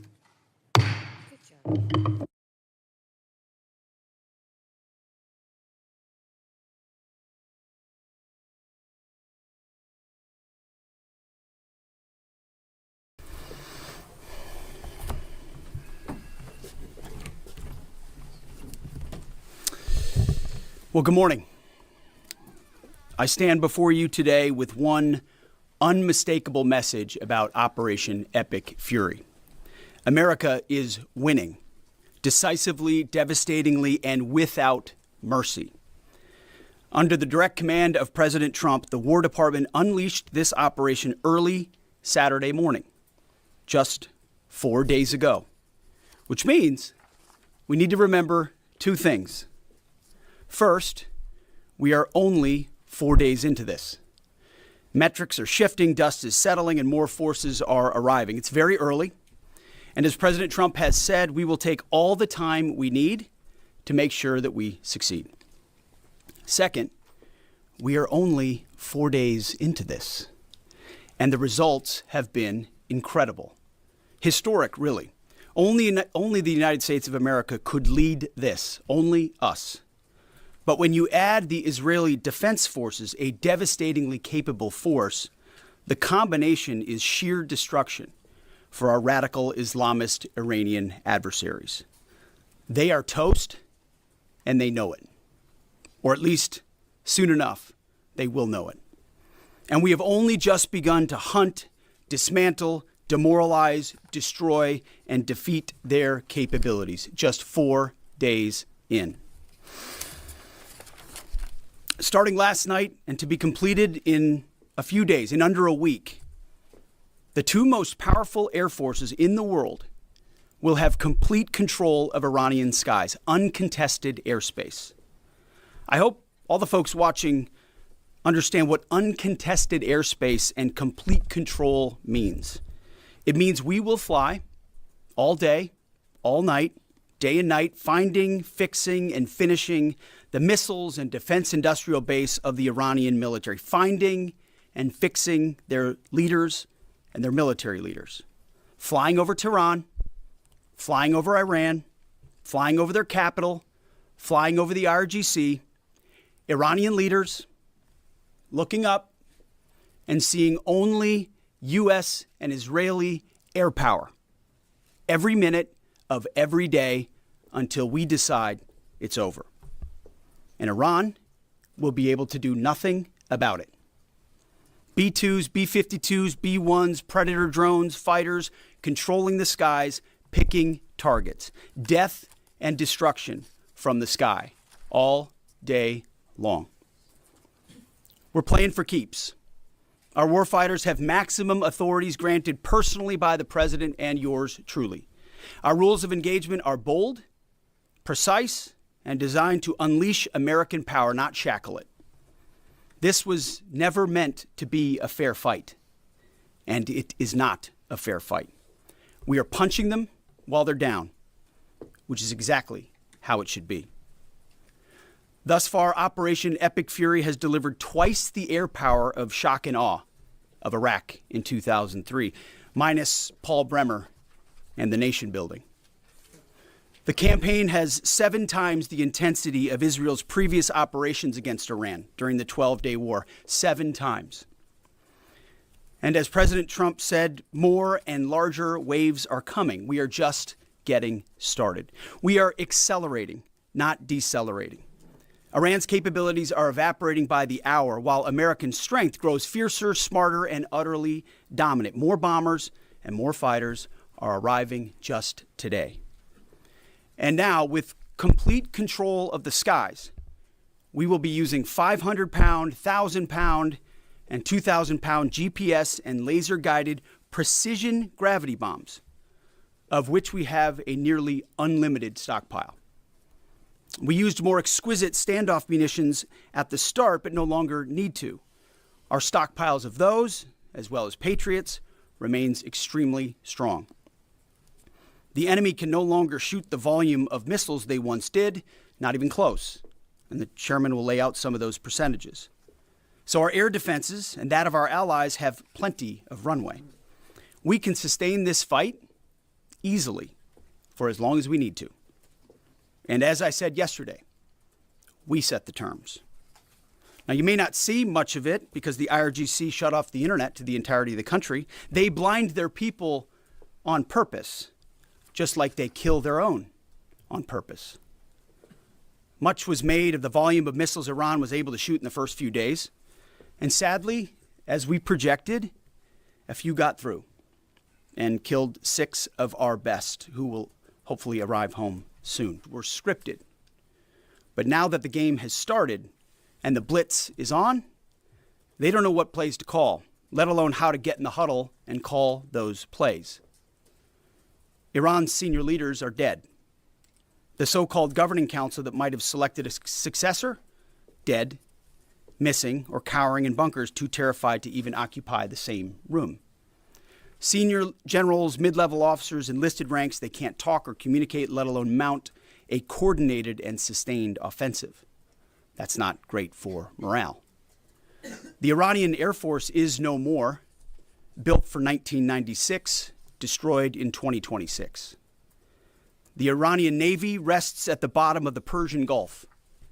Combat ineffective, decimated, destroyed, defeated, pick your adjective. In fact, last night, we sunk their prize ship, the Soleimani. Looks like POTUS got him twice. Their Navy, not a factor. Pick your adjective, it is no more. In fact, yesterday, in the Indian Ocean, and we'll play it on the screen there, an American submarine sunk an Iranian warship that thought it was safe in international waters. Instead, it was sunk by a torpedo. Quiet death. The first sinking of an enemy ship by a torpedo since World War II. Like in that war, back when we were still the War Department, we are fighting to win. Also, yesterday, the leader of the unit who attempted to assassinate President Trump has been hunted down and killed. Iran tried to kill President Trump, and President Trump got the last laugh. Now, this is not a mission accomplished situation.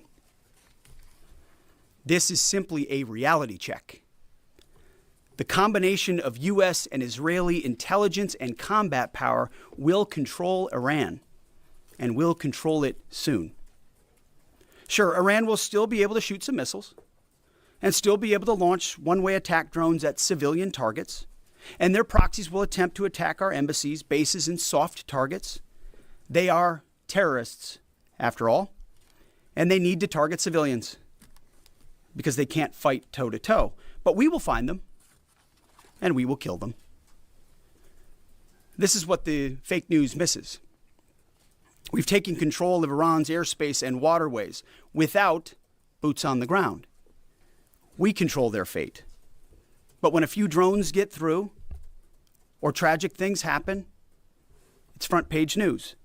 I get it. The press only wants to make the president look bad, but try for once to report the reality. The terms of this war will be set by us at every step. As I said Monday, the mission is laser focused. Obliterate Iran's missiles and drones and facilities that produce them, annihilate its navy and critical security infrastructure, and sever their pathway to nuclear weapons. Iran will never possess a nuclear bomb, not on our watch, not ever. And this is why President Trump's moral clarity on Iran today is so vital. Unlike the past, where vague red lines and endless negotiations let Iran fund terror and inch ever so slightly toward a bomb, this president sees the threat plainly and acts decisively. No more half measures, especially when Iran is at its weakest. No more letting Tehran play for time while our people pay the price. His leadership ensures that we finish what we start and that we protect our warfighters by crushing the enemy before they can strike again. Our offensive operations, refined through months of relentless preparation, are unstoppable. And our defensive efforts are unprecedented. We have from the start put the protection of our troops ahead of everything else. Before we very publicly built up offensive combat power, we quietly ensured that our defensive posture and power was in place. And as we built up offensive combat power, we moved the vast majority of American troops, over 90% of Americans that were on our bases, what we say off the X, out of the range of Iranian fire. Our defensive shield is equally formidable, the most sophisticated air and missile defense network ever fielded. Thousands of Iranian missiles and drones have been intercepted and vaporized. Tens of thousands of American and allied lives protected. We have pushed every counter-UAS system possible forward, sparing no expense or capability. And like I said, this does not mean we can stop everything, but we ensured that the maximum possible defense and maximum possible force protection was set up before we went on offense. In closing, as President Trump told German Chancellor Merz yesterday, Iran negotiated in bad faith, stalling, scheming, and preparing to strike. And we acted decisively to defend our people, our interests, and our allies. President Trump took bold action, putting America first, the kind of bold action that the American people elected him to execute. To our steadfast partner, Israel, your mission is being executed with unmatched skill and iron determination. Fighting shoulder to shoulder with such a capable ally is a true force multiplier and a breath of fresh air. We salute your courage and your contribution. 4 days in, we have only just begun to fight. America fights to win, and in Operation Epic Fury, we are. May God's providence cover and protect our troops always. And with that, I turn it over to the chairman. Thank you, Mr. Secretary, and good morning, everyone. Thank you for being here. I'm here today to provide the American people and those of you in this room an update on Operation Epic Fury. First, it's with profound sadness and gratitude that I share the names of 4 of our 6 fallen heroes, all from the 103rd Sustainment Command, U.S. Army Reserves out of Des Moines, Iowa. Captain Cody Cork, Sergeant First Class Noah Tegens, Sergeant First Class Nicole Amore, and Sergeant Declan Cody. To the families of our fallen, we grieve with you today, and we look forward to welcoming your family members home at Dover in the coming days.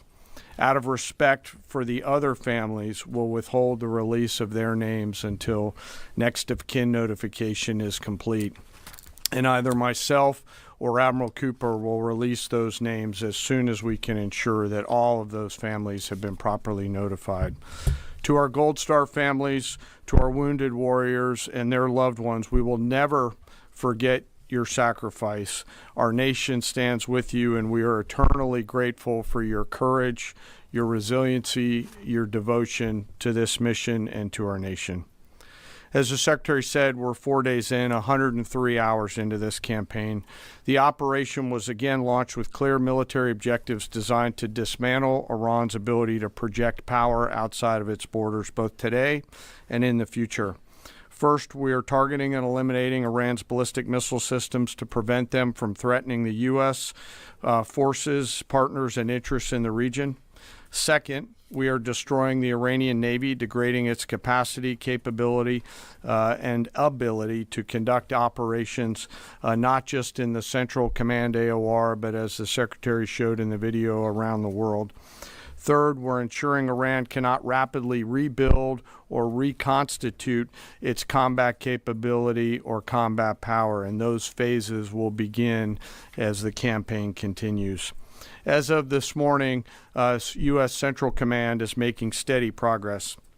Iran's theater ballistic missile shots fired are down 86% from the first day of fighting, with a 23% decrease just in the last 24 hours. And their one-way attack drone shots are down 73% from the opening days. This progress has allowed CENTCOM to establish localized air superiority across the southern flank of the Iranian coast and penetrate their defenses with overwhelming precision and firepower. We will now begin to expand inland, striking progressively deeper into Iranian territory and creating additional freedom of maneuver for U.S. forces. Let me explain a little bit about how we're thinking about staying ahead of the enemy. First, over the past several weeks, Admiral Cooper and the CENTCOM team have refined their operational approach to the region. Their planners identified key centers of gravity that would allow Iran to project power outside of its borders. They thought about how to isolate critical vulnerabilities and determined where, with precision, the greatest strategic effect could be achieved.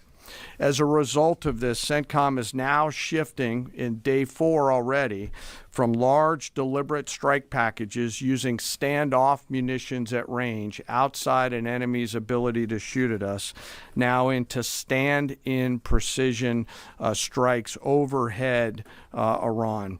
As the Secretary said, this is a point of munitions transition from standoff munitions to stand-in munitions like Joint Direct Attack munitions, which are GPS-aided free-fall weapons, and other things like Hellfires, etc. This will allow the joint force to deliver significantly increased precision effects on the target. The throttle is coming up, as the Secretary said, as opposed to ramping down. This will allow us to maintain consistent pressure on the adversary over the coming days, disrupt their launch timelines, and impose cost every day around the clock. I know there have been a lot of questions about munitions. We have sufficient precision munitions for the task at hand, both on the offense and defense. But I want to tell you, teammates, as a matter of practice, I don't want to be talking about quantities. And I know there's been a great debate about that, and I appreciate the interest, but just know that we consider that an operational security matter. Let me flip to the map here. Hopefully I don't kill anybody with a laser pointer. As I mentioned earlier, and for you with the camera right there, my friend, I hope I don't ricochet off and hurt you. Over the initial days, the U.S. Joint Forces continued to attack and attrit ballistic missile capabilities as well as integrated air defense capabilities along the southern axis. Along the northern axis, Israel and the Israeli Air Force has predominantly been working integrated air defense targets along the northern flank, as well as medium-range ballistic missile capability as well. From the sea, the USS Ford has continued to project combat power here, as well as the bomber pulses that we talked about in the opening days of this briefing. Along the southern axis, the USS Abraham Lincoln Strike Group has continued to provide pressure from the sea along the southeastern side of the coast and has been attriting naval capability all along the strait and up into the Arabian Gulf at a size and scale sufficiently to address the targets required. To date, we've hit over 2,000 targets, as Admiral Cooper said in his video last night. We've destroyed more than 20 Iranian naval vessels, including, in addition to the frigate outside of the area, one submarine, and effectively neutralized at this point in time Iran's major naval presence in theater out there. As the Secretary showed the video, for the first time since 1945, a United States Navy fast attack submarine has sunk an enemy combatant ship using a single Mark 48 torpedo to achieve immediate effect, sending the warship to the bottom of the sea. I want to remind everybody that this is an incredible demonstration of America's global reach. To hunt, find, and kill an out-of-area deployer is something that only the United States can do at this type of scale. Over the next 24 to 48 hours, CENTCOM will continue to strike infrastructure and naval capability, and will continue to assess our progress against the military objectives. It does take time for us to collect that information and to assess en route. Much of our intelligence, surveillance, and reconnaissance capability is currently hunting and killing ballistic missile launchers and one-way attack capability. We're precise in that assessment, and we call balls and strikes in that assessment. We take that matter seriously. Iran, on the other hand, has been indiscriminate and more imprecise in their attacks. They fired more than 500 ballistic missiles and more than 2,000 drones, striking innocent civilian targets throughout the region. Our partners are answering the call to defend themselves right alongside us. Jordan, Bahrain, Saudi Arabia, the UAE, Qatar, and Kuwait are all defending their people with their own combat capability, with precision and restraint. Jordanian air defense crews recently intercepted a cluster of Iranian one-way attack drones headed to Amman. Bahrain's air defense forces shot down an inbound drone approaching Manama's maritime infrastructure, protecting both their population and critical shipping lanes. Saudi Patriot batteries stopped a salvo of ballistic missiles aimed at energy facilities near Dhahran. The UAE neutralized multiple drones targeting Abu Dhabi's industrial zone, demonstrating speed and precision. And Qatari fighters for the first time have shot down 2 Iranian bombers that were en route to their location.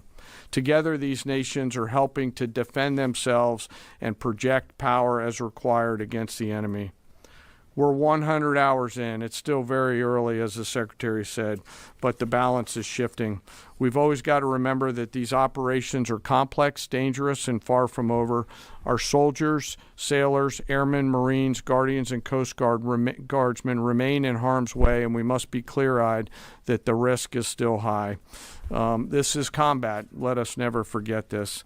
As we continue, I ask that we hold all of our deployed teammates in our thoughts, those standing the watch, flying the sorties, sustaining the fight, and carrying our nation's burden. And I'll stop where I started, and that's remembering our 6 fallen who will return home as soon as possible.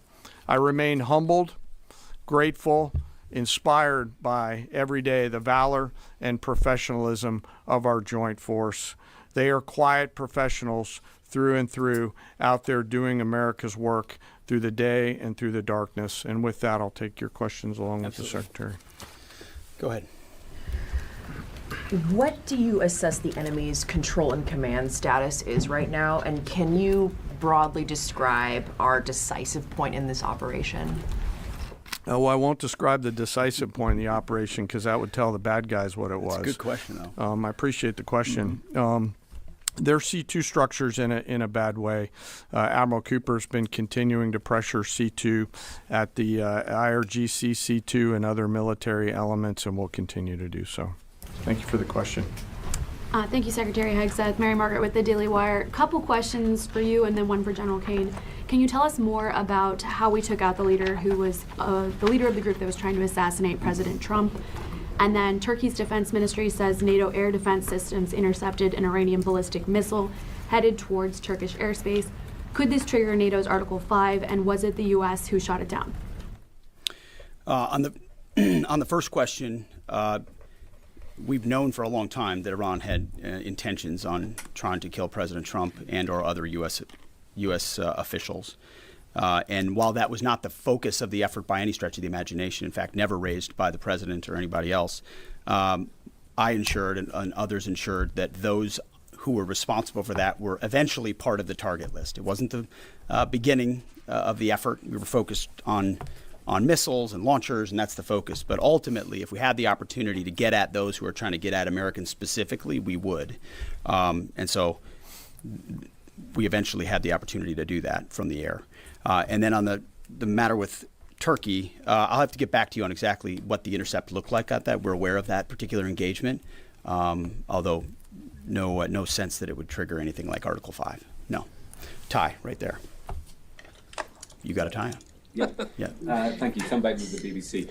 Can you give us an update on what the administration knows, what you know now about the reported strike on a girls' school in southern Iran on Saturday? All I can say is that we're investigating that. We, of course, never target civilian targets, but we're taking a look and investigating that. Red tie in front. Just on the basis that with the information you would have, your reconnaissance abilities, ability to gather information, I mean, it's several days on now. So is there any clarity on whose munition this was? We're investigating it. Thank you. Secretary, so there are reports that the administration is considering arming Iranian Kurdish groups. So could you please clarify that whether any such plan has been authorized and whether Congress or regional partners has been notified and consulted? All I would say is none of our objectives are premised on the support or the arming of any particular force. So what other entities may be doing, we're aware of, but our objectives aren't centered on that. Green, right there. Yeah, thank you, Mr. Secretary. Mike Lynn, Washington Times. Can you talk a little bit about the deconfliction process that's going on? You have two parallel operations, Epic Fury and Roaring Lion. How are you making sure they're not interfering with each other? Sure, I'm happy to take that. Thank you for the question. We have liaison officers on both sides. There are U.S. CENTCOM teammates out in Israel, and there are Israeli Defense Force teammates at the relevant command and control nodes within the U.S. CENTCOM enterprise. Routinely, Admiral Cooper is talking to the IDF Chief of Defense, and I will occasionally speak to him through the arc of this. I've spoken to him a few times already. That allows us to coordinate, integrate, and synchronize activities while maintaining separate efforts. And when I said a breath of fresh air, I really meant it. Usually it's us with some ancillary benefits from allies who are maybe willing but not as capable. When you have both the will and the capability of an ally that can really bring things to bear, we take certain targets, they take certain targets, and when you coordinate it, it has incredible effects. Right here. Secretary Hegseth, with respect to House Minority Leader Hakeem Jeffries' statement that the Iran mission will end in failure, what kind of message does that send to our enemies, and what does it do to the motivation of our troops? Well, I've been through that movie before with the Democrats rooting against the country. Our generation saw that in our battlefields. I think it's pretty unprecedented and unfortunate that it would occur 4 days in to an operation where, as the chairman laid out, America's best are operating in an incredibly challenging environment where they're having incredible success, but they're meeting a determined adversary. And he's been privy to briefs that we've provided. He knows how effective this has been. He's being disingenuous, which we're used to. Right here. Thank you for taking my question. Heather Mullins, Lindell TV. One of the questions I have is just really regarding the intelligence that indicated that this was something the U.S. had to get involved with at the time that you guys did. We had Operation Midnight Hammer back in June. We obliterated their nuclear facilities. What was the intelligence that suggested that somehow they became a threat once again that required us to get involved with Operation Epic Fury? I appreciate the question. The evidence in front of us since the 12-day war was that Iran had no intention of actually negotiating a nuclear deal that truly meant they did not have a pathway to the nuclear bomb. And they had a moment Jared Kushner and Steve Witkoff, two of the best negotiators in the world, poured into that negotiation, giving them every single possible opportunity to release that ambition, and they didn't. And the intelligence that we saw they didn't intend to do it in good faith, that they had the intentions eventually to get to a place where they could have a conventional shield to block their nuclear capabilities, as I talked about yesterday. So I would separate the what from the when a little bit. The what is they've been killing Americans for 47 years. They have thousands of missiles pointed at us. They have ongoing nuclear ambitions, and they're at the weakest they've ever been. So the when became, in a particular, hey, what makes the most sense to do this to ensure that the narrow objectives we have of ensuring they never have a nuclear weapon have a maximum effect? Yes, right here. Thank you, Secretary Hegseth. I had two questions. First, what is your message to Iran's allies, namely Russia and China, who have called for an immediate end to hostilities? I don't have a message for them, and they're not really a factor here. And our issue is not with them, it's with the nuclear ambitions of Iran. Absolutely. And are any so-called fully autonomous weapons or other AI tools being used in Operation Epic Fury? We've got a lot of autonomous systems, or systems that drones and others incorporated with smart AI aspects to them, but a lot of which I can't talk about here. Yeah. Yellow, right there. Yes, ma'am. Thank you very much, Mr. Secretary. As you know, China is accusing the United States of invading in Iran, a sovereign nation, and North Korea, which cooperate with Iran on nuclear development, has declared its commitment to protecting Iran. What is the United States' strategic response to this? And I have a second one. How many allies join with the United States to fighting against Iran? Do you have any numbers? Well, I think what you're seeing right now is a response in the region to the belligerence of Iran and the willingness of them to target civilian airports, civilian hotels, civilian locations, civilian oil infrastructure of their Gulf neighbors who would have preferred not to be in conflict, didn't want to, but now realize that this is something that has to be dealt with. So whether it's UAE or Qatar or Bahrain or Kuwait or Saudi, on different levels, they're reaching out to us, whether they're going on offense, which they are, whether they're giving us additional access basing and overflight. We're working very closely and collaborating with them. Also on air defenses. The air defense capabilities of those countries are significant, and when combined with ours and we coordinate, it brings simplicity to the shot doctrine, so we make sure we're using less munitions but being more effective with what we shoot at. And as it pertains to other countries, I'll sort of give the same question. They don't really bear on the case of Iran. We're going to deal with Iran's nuclear ambitions, and that'll send plenty of signals in the process. Right there. Purple. Are you going to help get Americans out of the region? Is the military going to help? Secretary, I have two questions. One question for you and the other question for Mr. Chairman. You ruled out that you are not engaging with the Kurdish forces, Iranian Kurdish forces, to incursion from the Kurdistan region to Iran. But now, and today, Iranian said that under threatening the Kurdistan region, they said clearly if there is any incursion from the Kurdistan region, they will attack all the Kurdistan region and go war with the Kurdistan region. What's your comment on that? And a question for Mr. Chairman, given comments that the U.S. forces might be deployed if necessary, under what specific conditions would you determine that deploying U.S. boots on the ground is necessary, and how would such a decision support and advance your stated strategic goals? Well, I'm not going to comment on U.S. boots on the ground. I think that's a question for policymakers, and I don't make policy, I execute policy. I will say on the question in the back corner about helping Americans get out, first, it's a great opportunity to encourage everybody in the region to go to the State Department and register. Secretary Rubio's been trying to get that word out, and I'd ask you to help us with that, to have folks register. We've also opened up space available seats as C-17s and other airplanes come in to try to help folks get out. But that's really a State Department matter. But to answer your question, that's what we've been doing. Absolutely. Last question right here. Secretary Hegseth, thank you. Reagan Reese with the Daily Caller.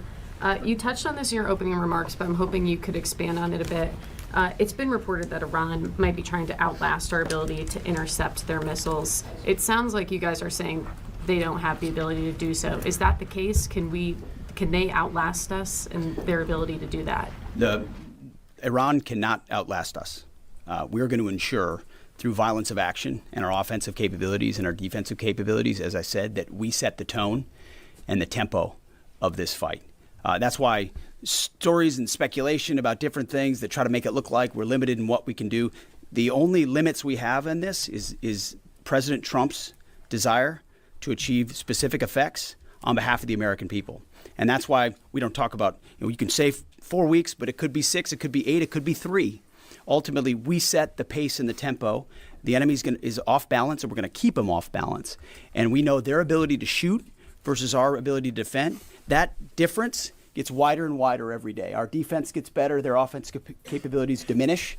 As we are going into ammunitions that we, as we said, have tens of thousands of and can drop unlimited supplies on with even more effects than the standoff emissions we have now, which is why when we say the throttle's going up, the throttle's going up and it's going to stay on high. Thank you all very much. Appreciate it.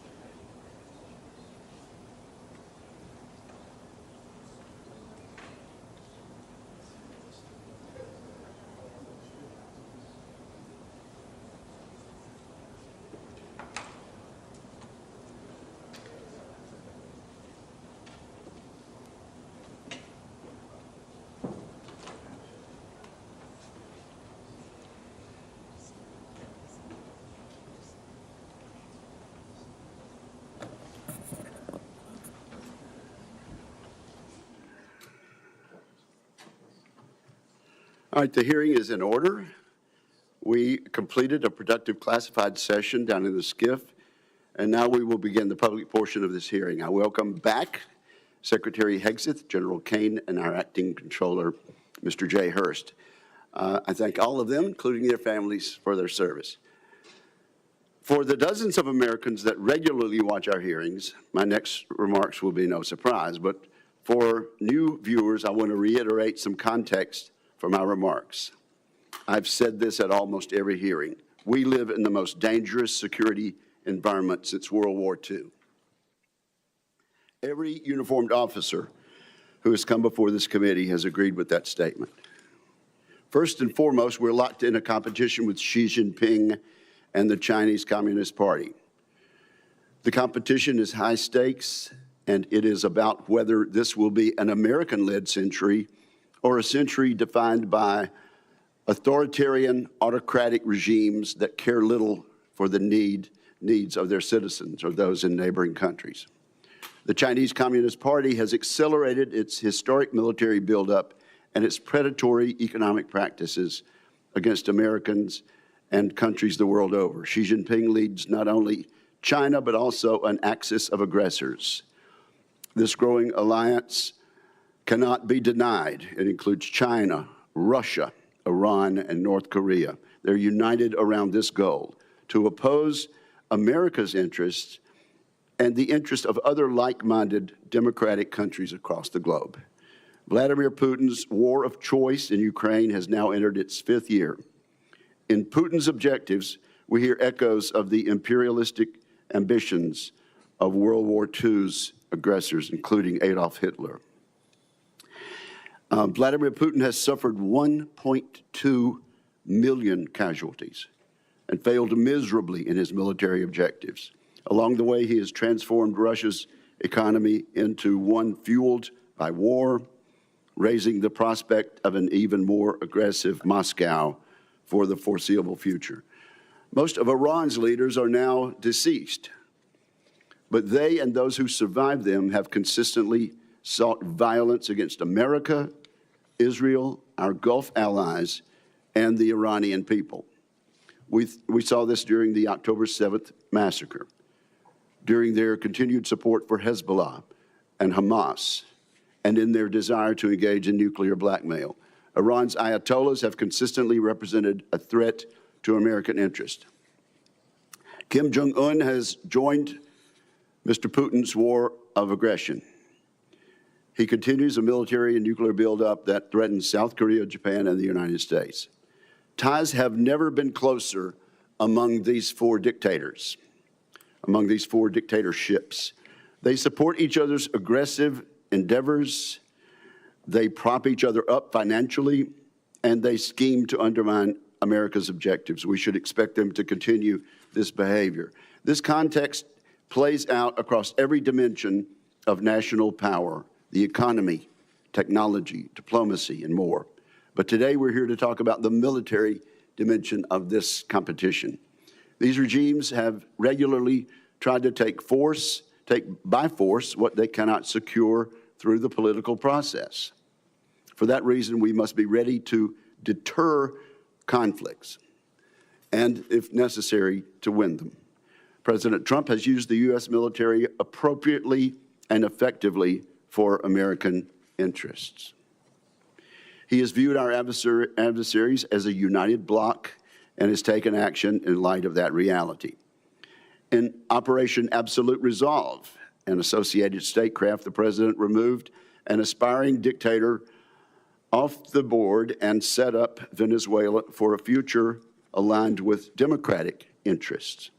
In Operation Midnight Hammer, he sought to eliminate the Ayatollah's nuclear program. When the Ayatollah chose to double down, the president launched Operation Epic Fury. In that mission, he has worked to remove the regime's conventional military capabilities and force it back to the table for a permanent solution. While we all mourn the tragic loss of the 14 service members who've lost their lives in this conflict, we do so knowing the world is safer without a nuclear Iran.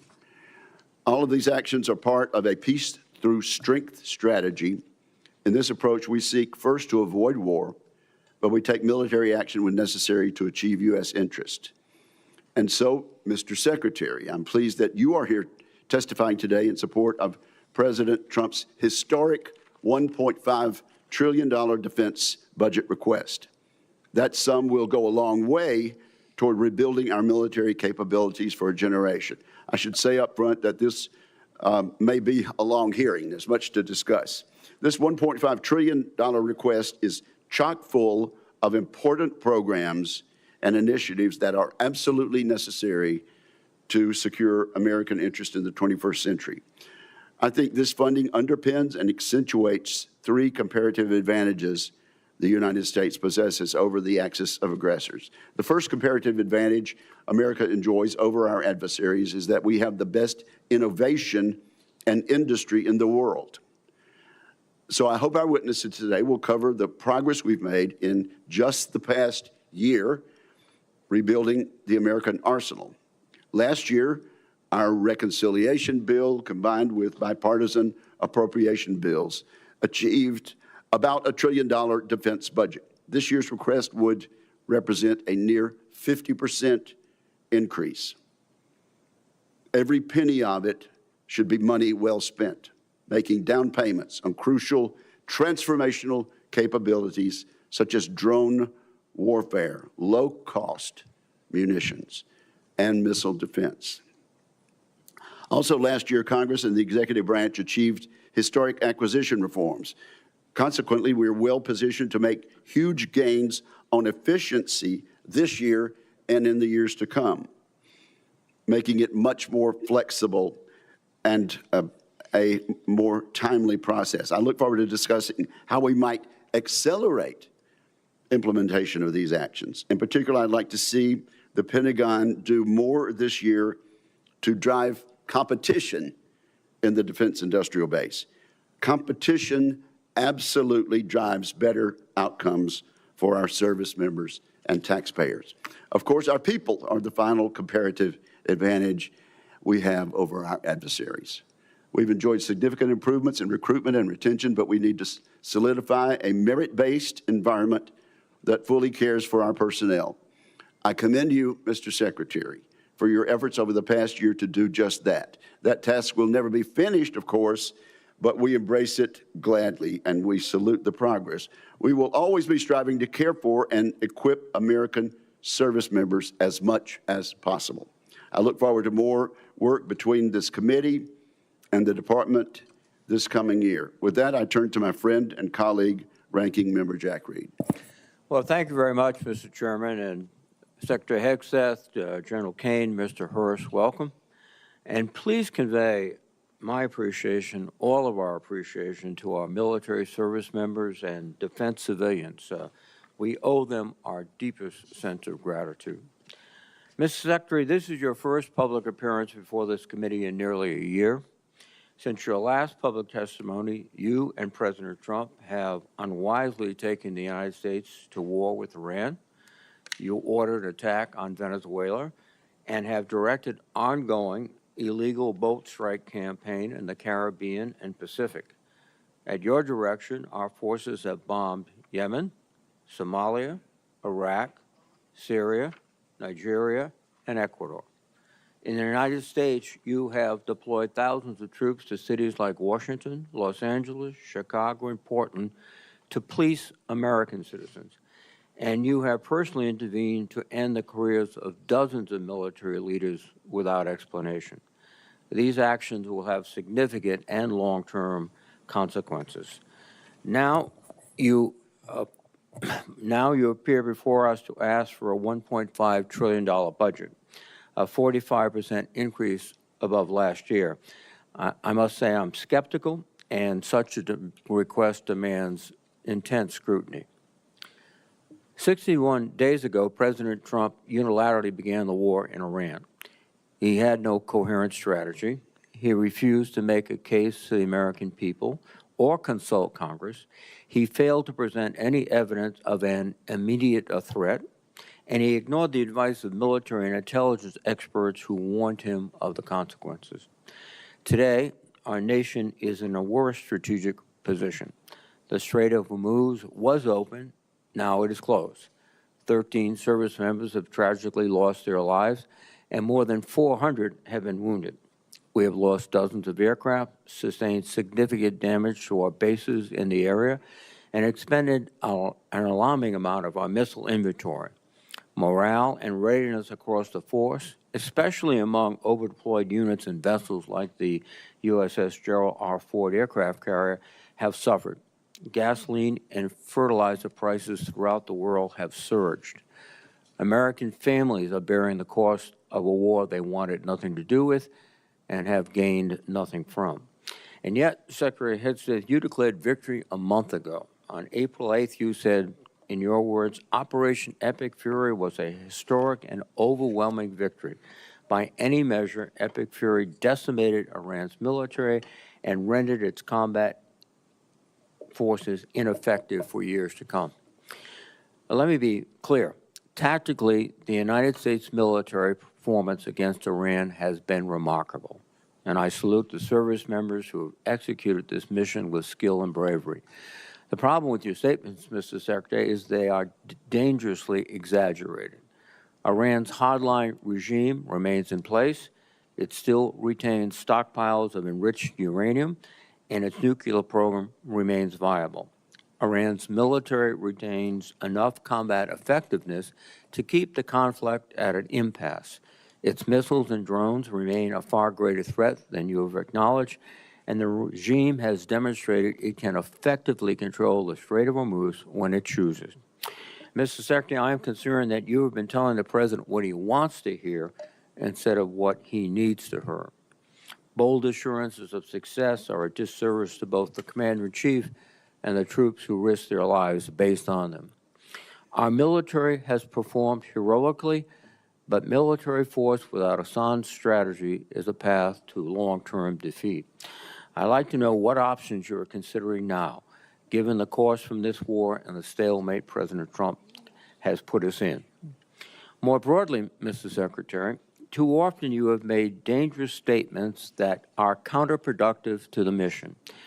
You boasted about, quote, no stupid rules of engagement, just days after hundreds of Iranian schoolgirls were tragically killed in a missile strike. You have made troubling statements about showing no mercy and no quarter to the Iranians, orders that would constitute war crimes. As importantly, while our men and women are fighting and dying overseas, you have focused unduly on your own personal agenda. In the past 2 months alone, you have taken upon yourself to overhaul the chaplain corps, cancel flu vaccine requirements, repeal firearm restrictions on military posts, and bar service members from attending certain universities. Just this week, you brought performer Kid Rock to an Army base to go for a joyride in an Apache helicopter after dismissing an earlier investigation into the pilots who recklessly chose to hover above his home. That runs directly counter to the chain of command and maintaining good order and discipline. Most disturbingly, during your tenure, you have fired dozens of our most senior military leaders and personally intervened to block the promotions of many others. That is a betrayal of the merit-based